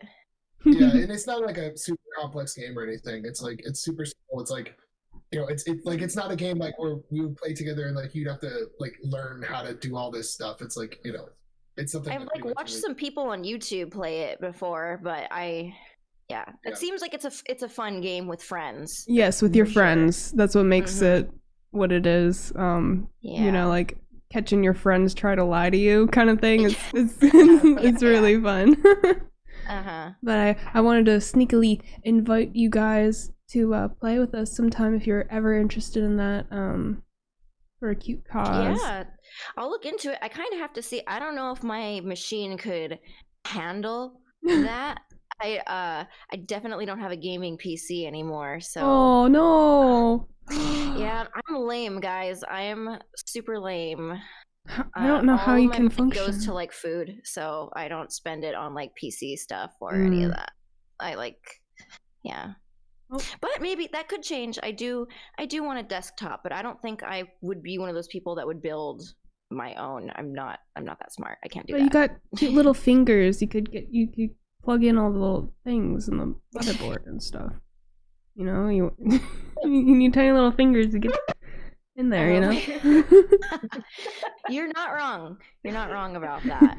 You might be good at it, Did you build your PC, Evelyn? I got the chance to actually learn how to build a PC on August. It was really a lot easier than I thought.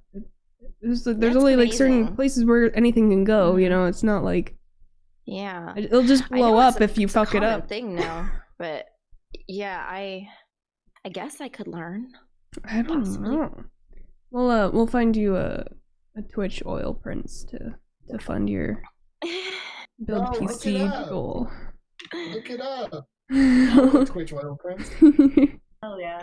I need a sugar parent. A sugar adoptive parents. Yeah. Ideally. My sugar parent is non-gendered. I don't give a fuck. That's funny.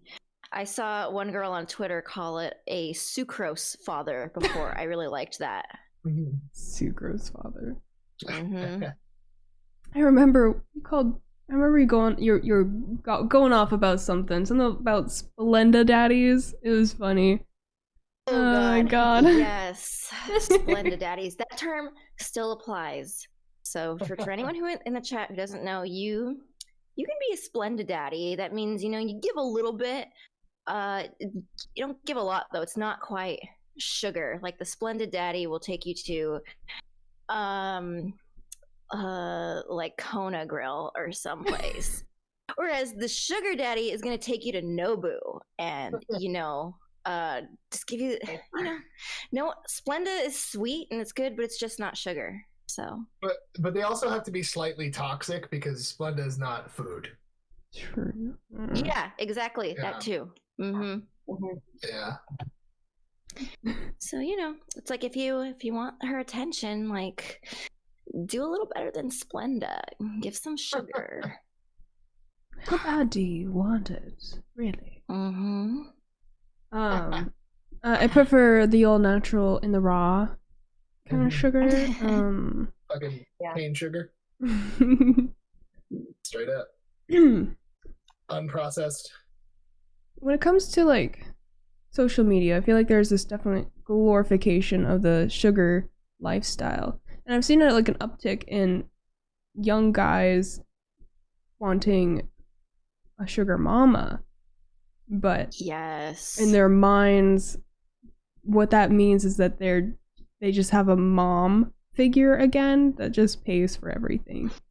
Not that they have to do the sex work part to earn the sugar. Mm-hmm. You know what I mean? Like, and they're just fucking lazy. That's what that is. Yes.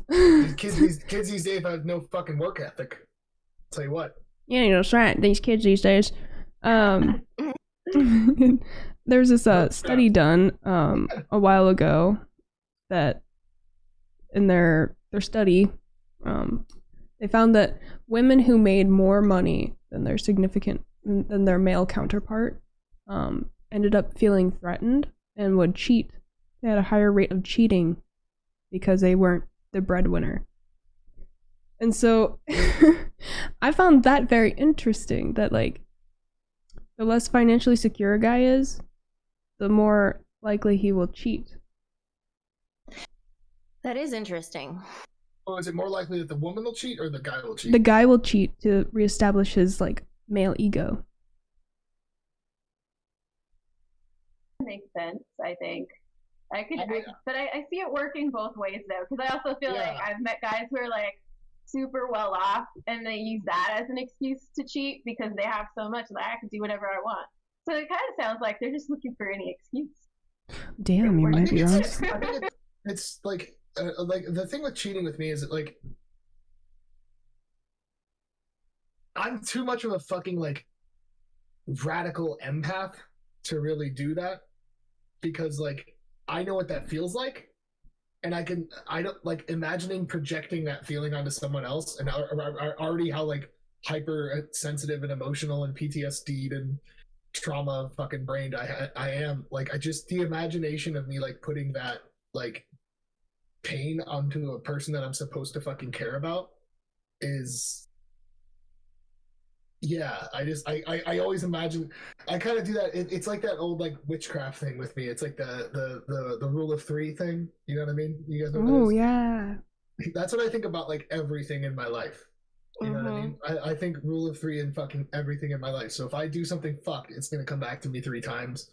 You know what I mean? But also, yeah, it's just like simply like I can't imagine like putting, you know, I don't want to put somebody else through that same suffering, because it hurts so much. Yeah, it's really, really bad. So yeah, that is true. Kind of like going back to the like male ego being threatened by, you know, a woman having more money. I can kind of I have a similar story to that. Not I mean, I was definitely cheated on by my ex, but like, you know, he tried to make it work and tried to be accepting of me when I first started webcamming and getting into the adult industry. But I feel like he ultimately did get threatened by the money that I was making, and, you know, I was really going somewhere. So much so that he didn't cheat on me in that moment, but he ended up being the one that outed me to my family about what I was doing. So, betrayal. Gave me chills. Yeah. That's not fucking cool. So I think, I don't know. Definitely some guys like really get threatened by seeing a woman, you know, doing well, or like the fact he probably felt like he was gonna lose me, and I mean, evidently he did. He might not have lost me right away if he hadn't have done that, but you know, and that destroys your trust entirely. Absolutely. And respect. Yeah, and there's no point in anything if you can't trust each other. Like, absolutely. I mean, that's why unless you're like 100% like serious on some shit, like you shouldn't like attempt monogamy. Like, have as much fun as you want doing like poly open shit in your life. Have people you love, partners you love, whatever partners you're really into, people who make you feel good. But like, don't waste your like love energy on trying something that you're not sure about. Yeah. Save everybody a fucking heartache, Don't waste people's time. I guess it's like, and not saying you guys, I'm saying like he shouldn't have wasted your time like saying he was fine with something when he knew that he wasn't. Oh yeah, he was just trying to, convince himself, but yeah. I mean, because like it's so much easier to back out of something and remain friends than take it to the point where it shatters. You know what I mean? Oh yeah. And once it gets to that point, like there's no real repairing anything. Do you think it's as like a general state, like generalized thing, very wide open, it's just harder for sex workers to not crush the egos of their partners just simply by the sheer amount of work that we do that could be confused for actual like intimacy, like I feel like that's some problems that I've had that like I haven't. This is like assuming that the other partner isn't in the industry, right? Yeah. That just one of them is. Okay. I can't really answer that because I've only had like partners within the industry since being in it. So, yeah. And you and Kyle have been doing pretty good though. Yeah. Oh yeah, Kyle and I are doing great. Yeah, like, it's fucking dope. Excellent. Oh yeah, he's so sweet. Yeah, he's a nice guy. Mm-hmm. I've only had one scene like with him, but it was fun. It was a fucking ridiculous scene. Oh, he told me about it was such bullshit. Breaking? Was it that one? God, it was so fucking stupid. I felt so bad for everybody involved. What happened? That was hilarious. It was so fucking dumb. It was this scene where like basically, yeah, it was just like we both worked at this company and we were trying to bang like the girl at the company, and there was a point where like me and the girl are banging and I like bang her through a wall, and then Kyle sees me banging her through the wall, so he like grabs me and pulls me through the wall. It was this fucking crazy thing. They built a whole set where they like broke like a wall. Yeah, and it was so fucking stupid. It was hilarious. Some Kool-Aid Man shit. But, like, yeah, I was telling me about it. I was so upset because I told them, I was like, dude, please save the other piece so I can do the Kool-Aid Man thing at the end. Like, I just really want to do that. And then they didn't, and that was really bad. Wow. But that was fun, and that was the first like really one of the first on-set experiences I've had with Kyle, and I was like, I like this fucking guy. He's cool. Yeah, he's a very sweet guy. I turned green. Am I green? Am I green? Would you say they broke the fourth wall? Ah! Oh man, Xander, I have a question for you. Ooh. What is the best conditions to have sex, and what are the worst conditions to have sex as a man for you? Like environments? Environment, yeah. Like whatever really comes to mind. Shower is the worst. Showers fucking suck. It looks great in movies. It's terribly unapplicable in real life. It's terrible in real life. And the best is obviously just right in the bed, dude. Just chilling on the bed. It's the best. I mean, for practicality, I guess maybe couches too. As better, but or beds? You know what? Beds. I'm gonna stick with beds. It's my final answer. Acceptable. You win. You win 50 points Nice. and a free mug. Love points. I better get my goddamn mug. Shit. Okay, I'll send you. You've teased me with mugs for like a long time. Oh my god, that is true. It's been over a year. Yeah. Oops. It has been, Evelyn. It has been. Call me out. I like it. Grill me. Man, I don't know, guys. I've been having this fantasy of having sex in a cabana, like the wind, like blowing like some sheer like things. I don't know. I just like want like vacation sex. What kind of furniture are you on?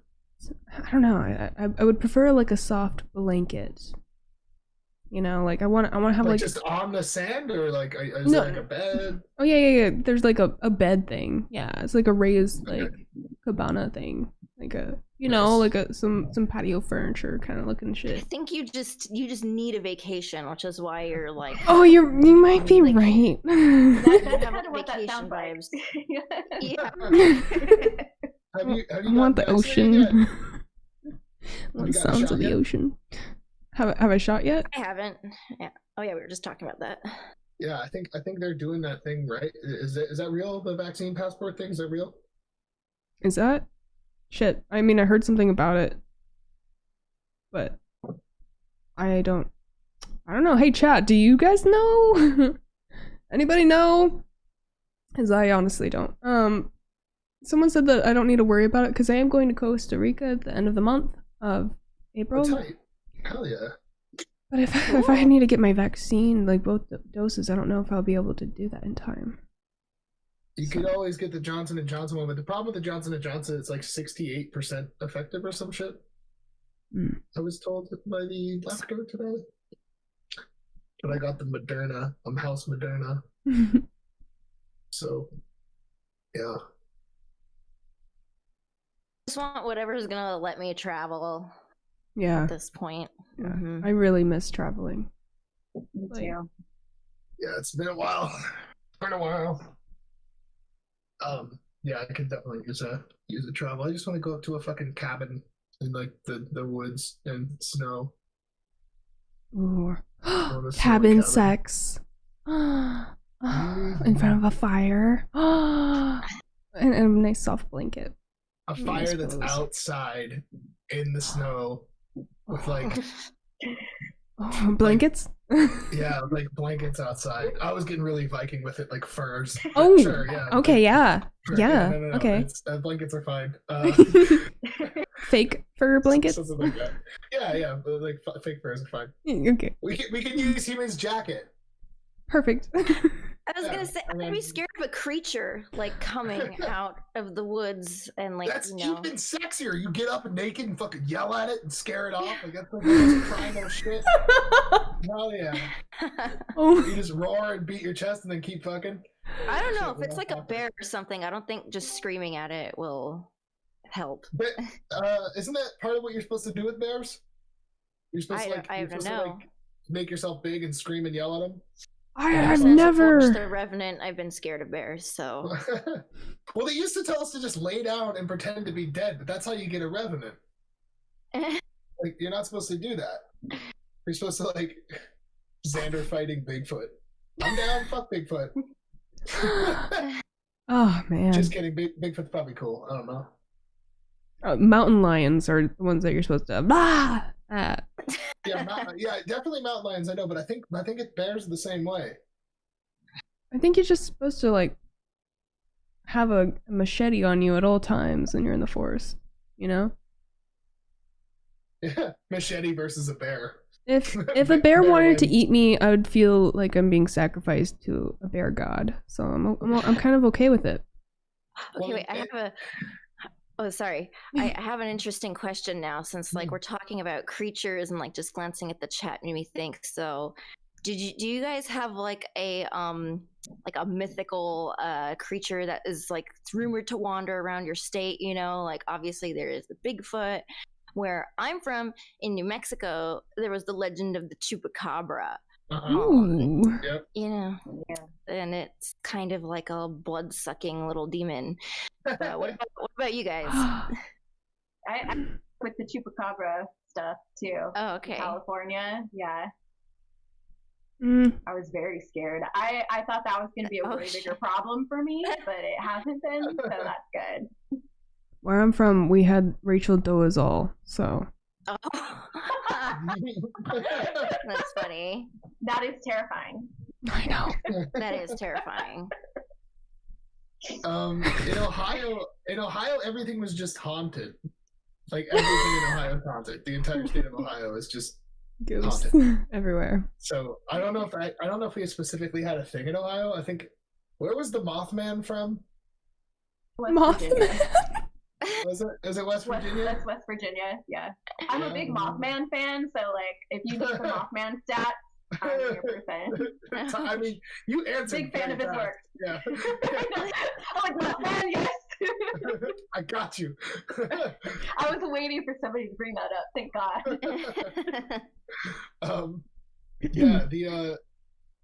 I think that was it. Like, yeah, Ohio was just like mad haunted. Oh, guys, I had to do a scene recently where, I'm this girl and I found this woman at a party and apparently she just lost her girlfriend in an accident, and I'm like, here, come stay at my beautiful mansion to like help you get over her death. Yeah, like totally porn logic, right?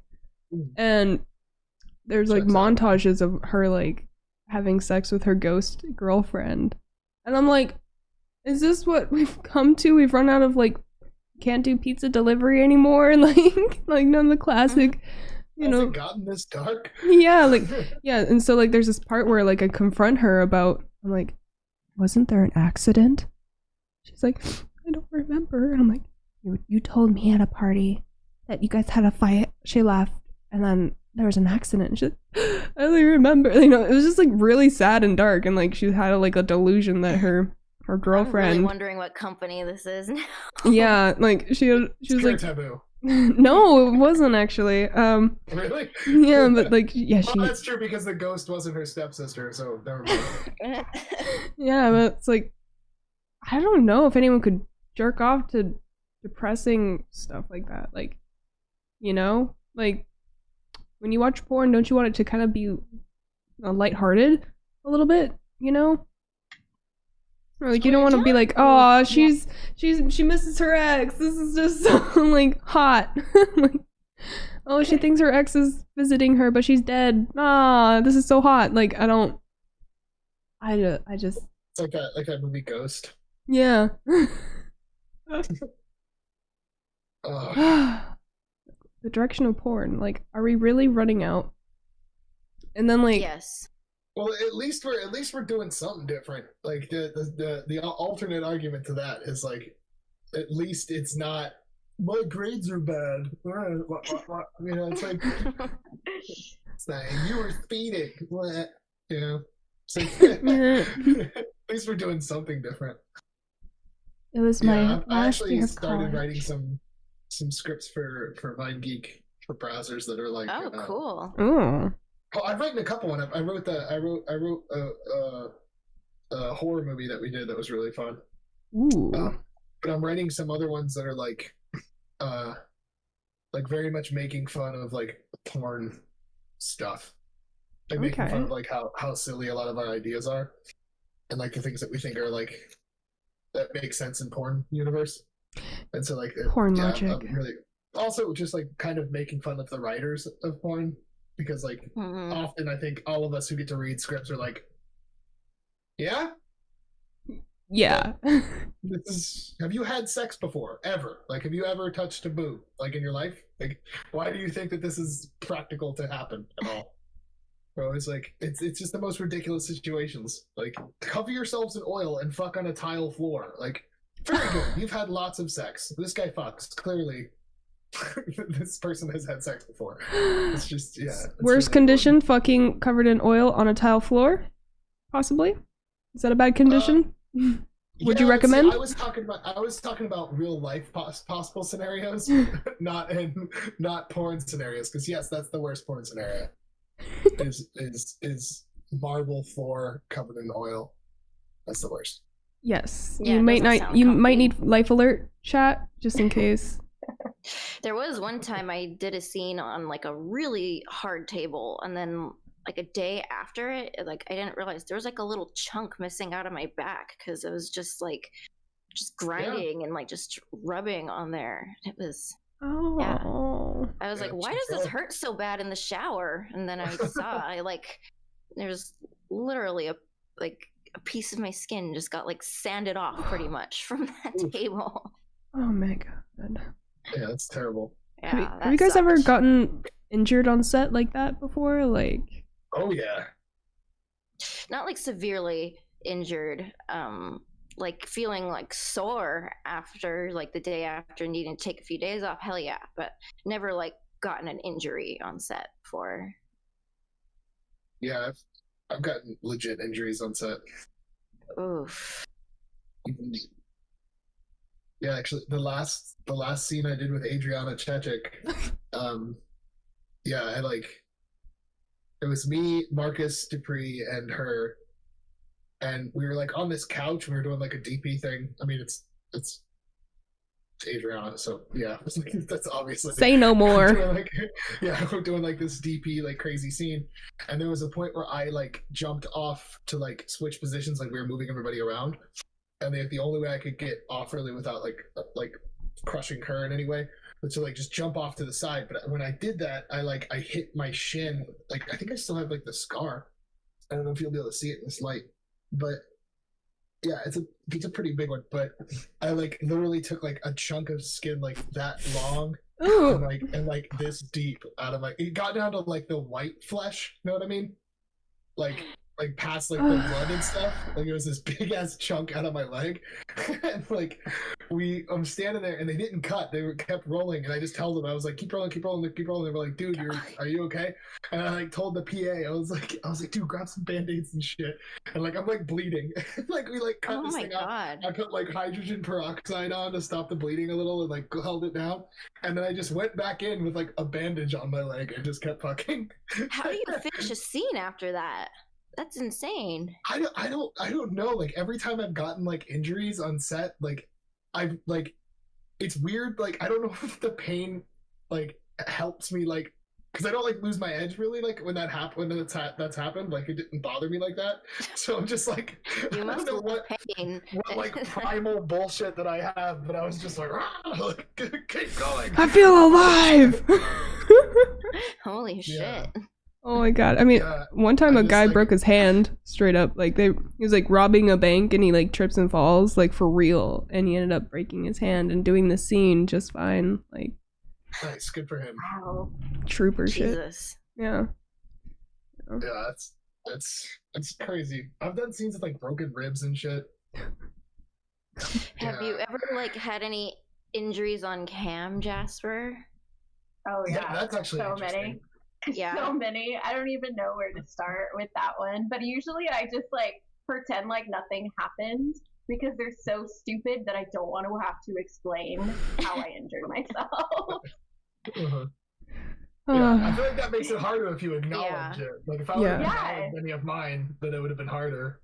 And then I'm never gonna hear the end of it if I do something stupid and I tell them I hurt myself, because then like 3 months later somebody's gonna be like, hey, so remember that time you slid across the floor and skinned both of your feet at the same time? Yeah, I do remember. Thank you for reminding me. Yeah, my chat is having a fucking heyday about the fact I eat shit. I was running to go grab my water bottle at this mini golf course, and I just slipped. I was drinking Four Loko, and I just slipped and I skinned my hand really good, and my knees are all busted. I fucked myself up. I wiped out, and I just tried to pretend like nothing happened, but everyone definitely did not forget. Was that captured on camera? Yes. Can you send me that? Wow, Xander. Yeah, I'll have one of my mods send it to you.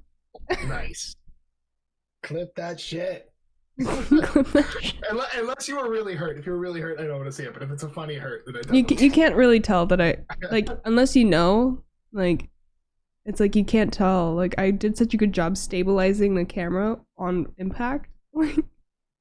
Like my main concern was making sure my stream didn't get fucked up. Yeah. So my hand took all the damage on the fall.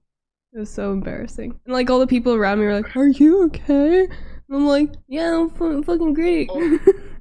Also, and coming from like a legit alcoholic, nothing good happens after you drink a Four Loko. No. There's no. It's the end of everything good that's gonna happen in your day. I can't even remember the last time I had a Four Loko. You never need to drink a Four Loko. Yeah, don't. It's a contract with the devil. Yes, I got the clip. Oh god. Yeah, it's not that great. Like you can't really tell. But yeah, it's just like a whoop. Oh yeah. I love your laugh afterward. You're so cute. I feel alive. Could you hear it? Oh, you couldn't hear it. Okay.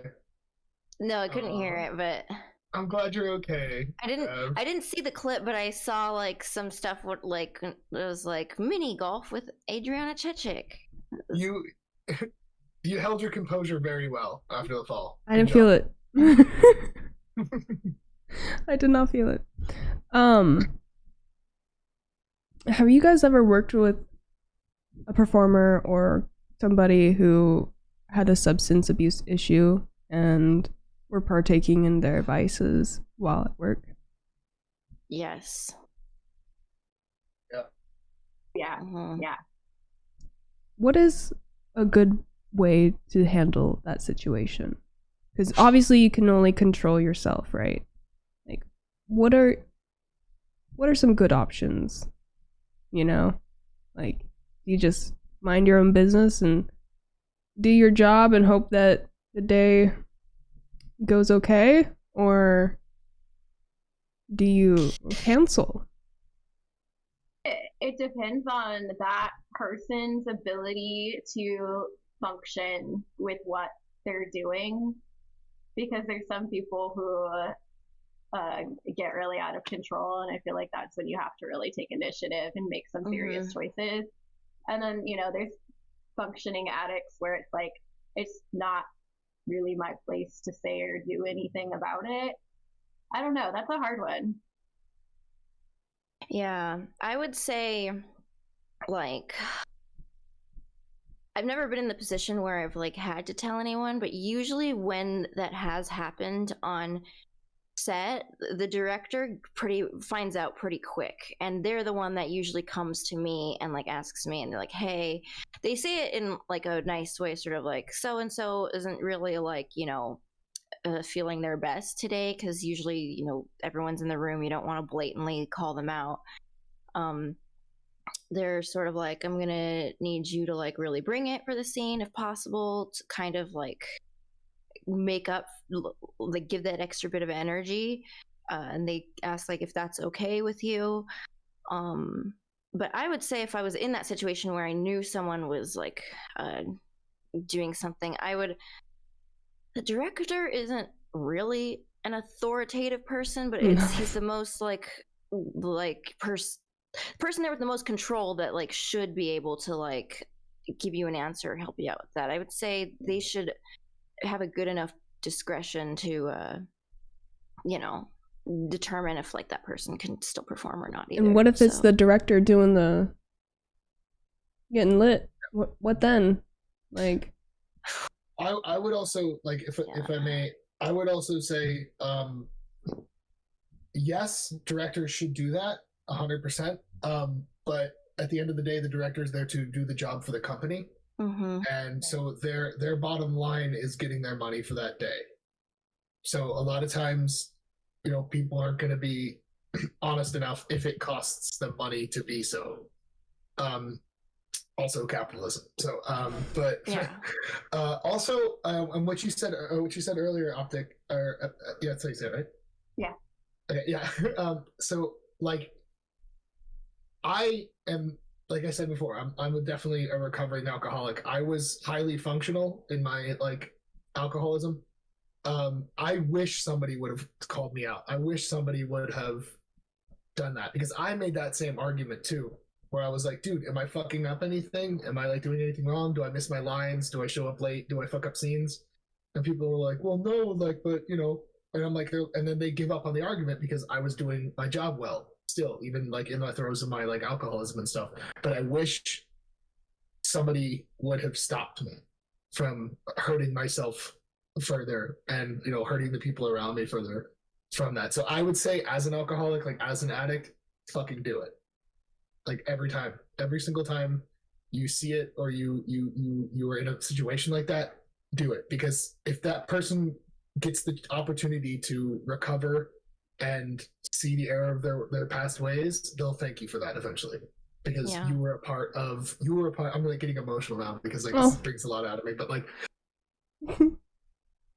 you would have been a part of potentially saving that person's life, because there's a lot of times I probably should have died, and a lot of times things could have been a lot worse for me and everyone around me.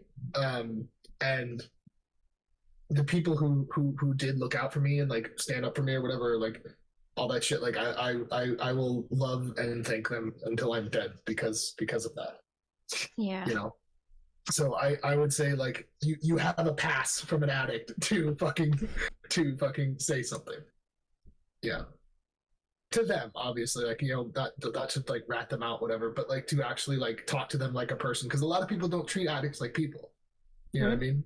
Like we're treated like criminals, or we're treated like we're disgusting trash. And a lot of times the reason that people are in these states of addiction is because they feel like shit about themselves anyway. And they don't feel like they're worth helping, or they're worth saving, or they're worth pursuing in any sense. So really, like, someone talking to them could really change and potentially save somebody's life. So not saying anybody was wrong. I was just giving you my perspective as an alcoholic. Yeah. Like, no, that's a great answer. Yeah. Yeah. Because also, yeah, you don't know how people are going to react. You don't know if they're going to make a scene of it, whatever. But even if they do, you know, even if somebody gets upset and whatever, still, like, through your like process of recovery and shit, like a lot of that process is realizing how much of a piece of shit you were, and going back and trying to make amends to all the people that you hurt or treated badly, or, you know, were a burden to in the past. You have to go back and like really like try and like heal that. And so even if the person were to get upset, I mean, they're the addict, it's their fault. Like, you know what I mean? It's not their fault. It's not your fault you're an addict, but you know what I mean? Like, it's something that's going to help them in the long run. So I would always recommend that.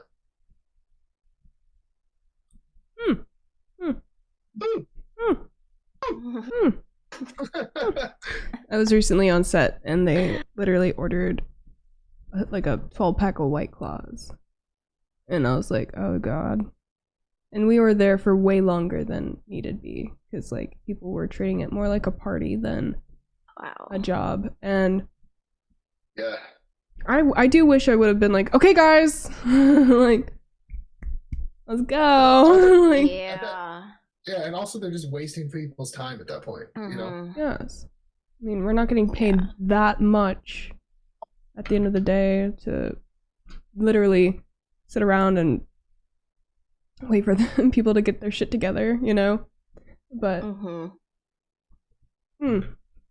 speaking of money,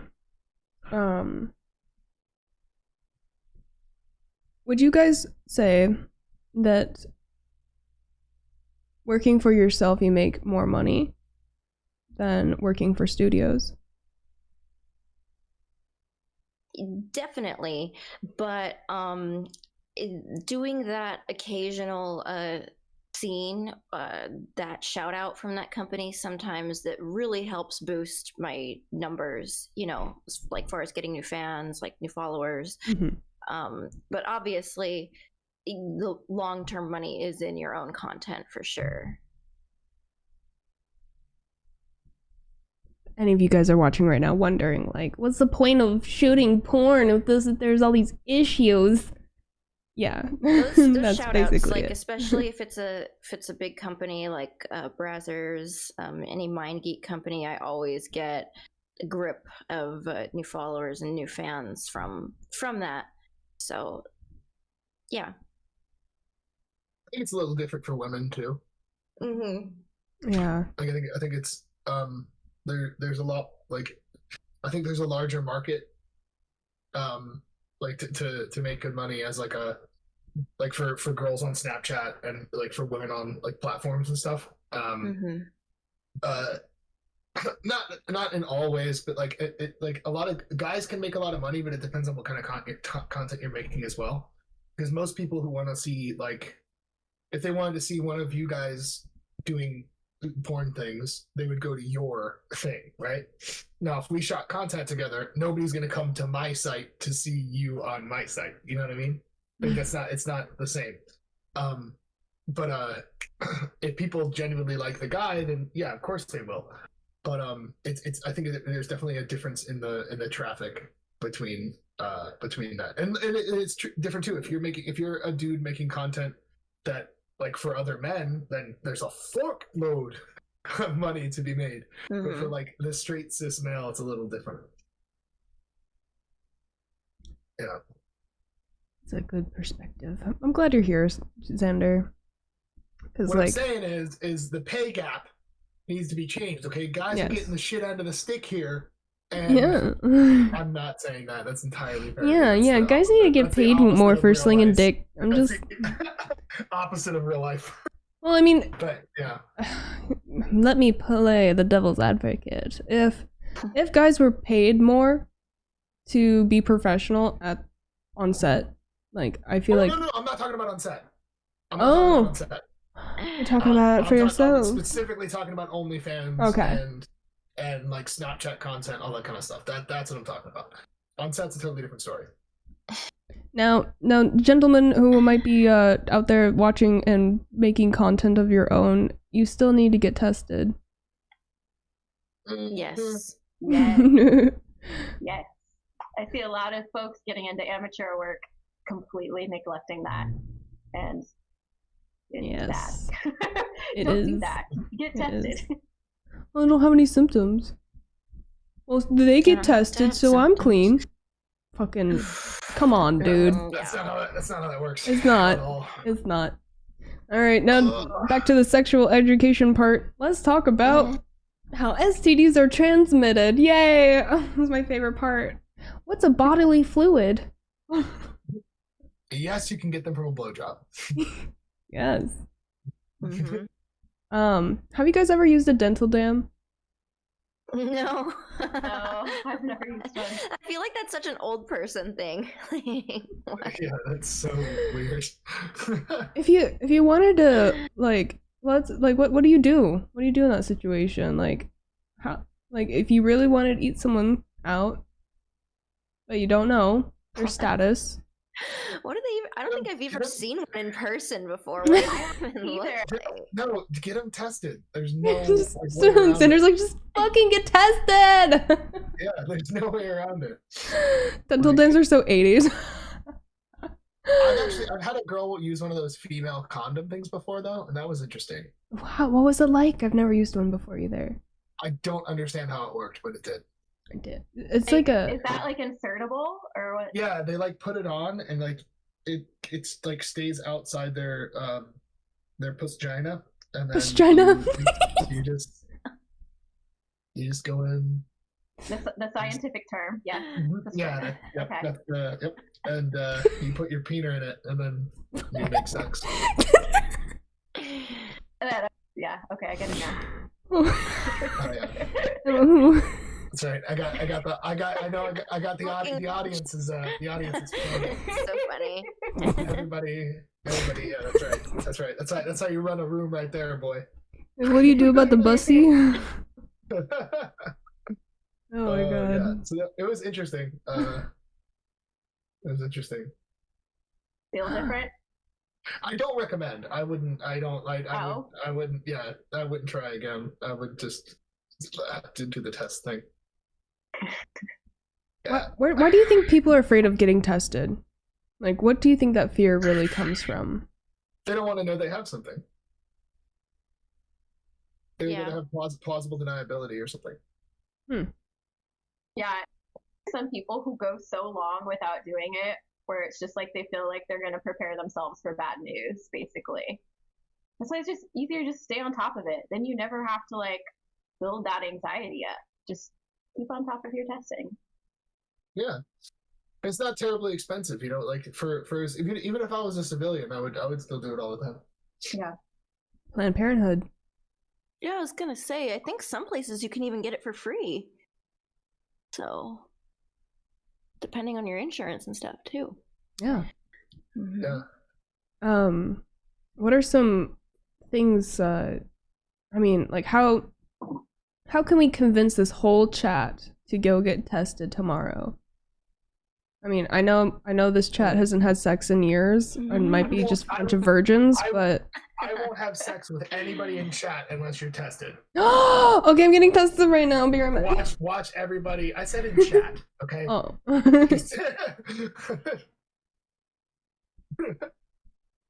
You're tested, Evelyn. Come on. I am. That's Come true. on. That's true. I am. Yeah. God. I mean, I can think of a lot of males that have been in the adult industry that rely on their female partner to tell them when they have something. So while he fucks around, he waits for his girlfriend to catch what he got. To be like, hey, baby, we got chlamydia. This just brings us closer, like. Yeah, I have actually yet to have a dirty test. Like, it's never happened. Like, I'm not. That's not to say that's not to say I haven't gotten the call. I've gotten the call several times. I've gotten the, hey, you need to go to the doctor. And I was like, all right, cool. But like, and that's fine. But like, somehow I've gotten. Yeah, I just never had the red check mark or the red X. Well, I mean, I feel like you also don't. Luckily, you don't do side work. Oh, fuck! I wish, dude. It's fucking good money. Right? I'm like, I wonder how much money I'd make if I did some side work. Shit, dude. As long as you're in control of it and nobody else is fucking pimping you out, then it's fucking totally cool. Sex work forever. But yeah. If you have some fucking dickbag agent who's fucking taking advantage of you, they can go fuck themselves. Yeah. Anyway. Yeah. Well, guys, it's 8:00. 5 minutes till 8. Right. I will. Yeah. I should let you guys return to your lives.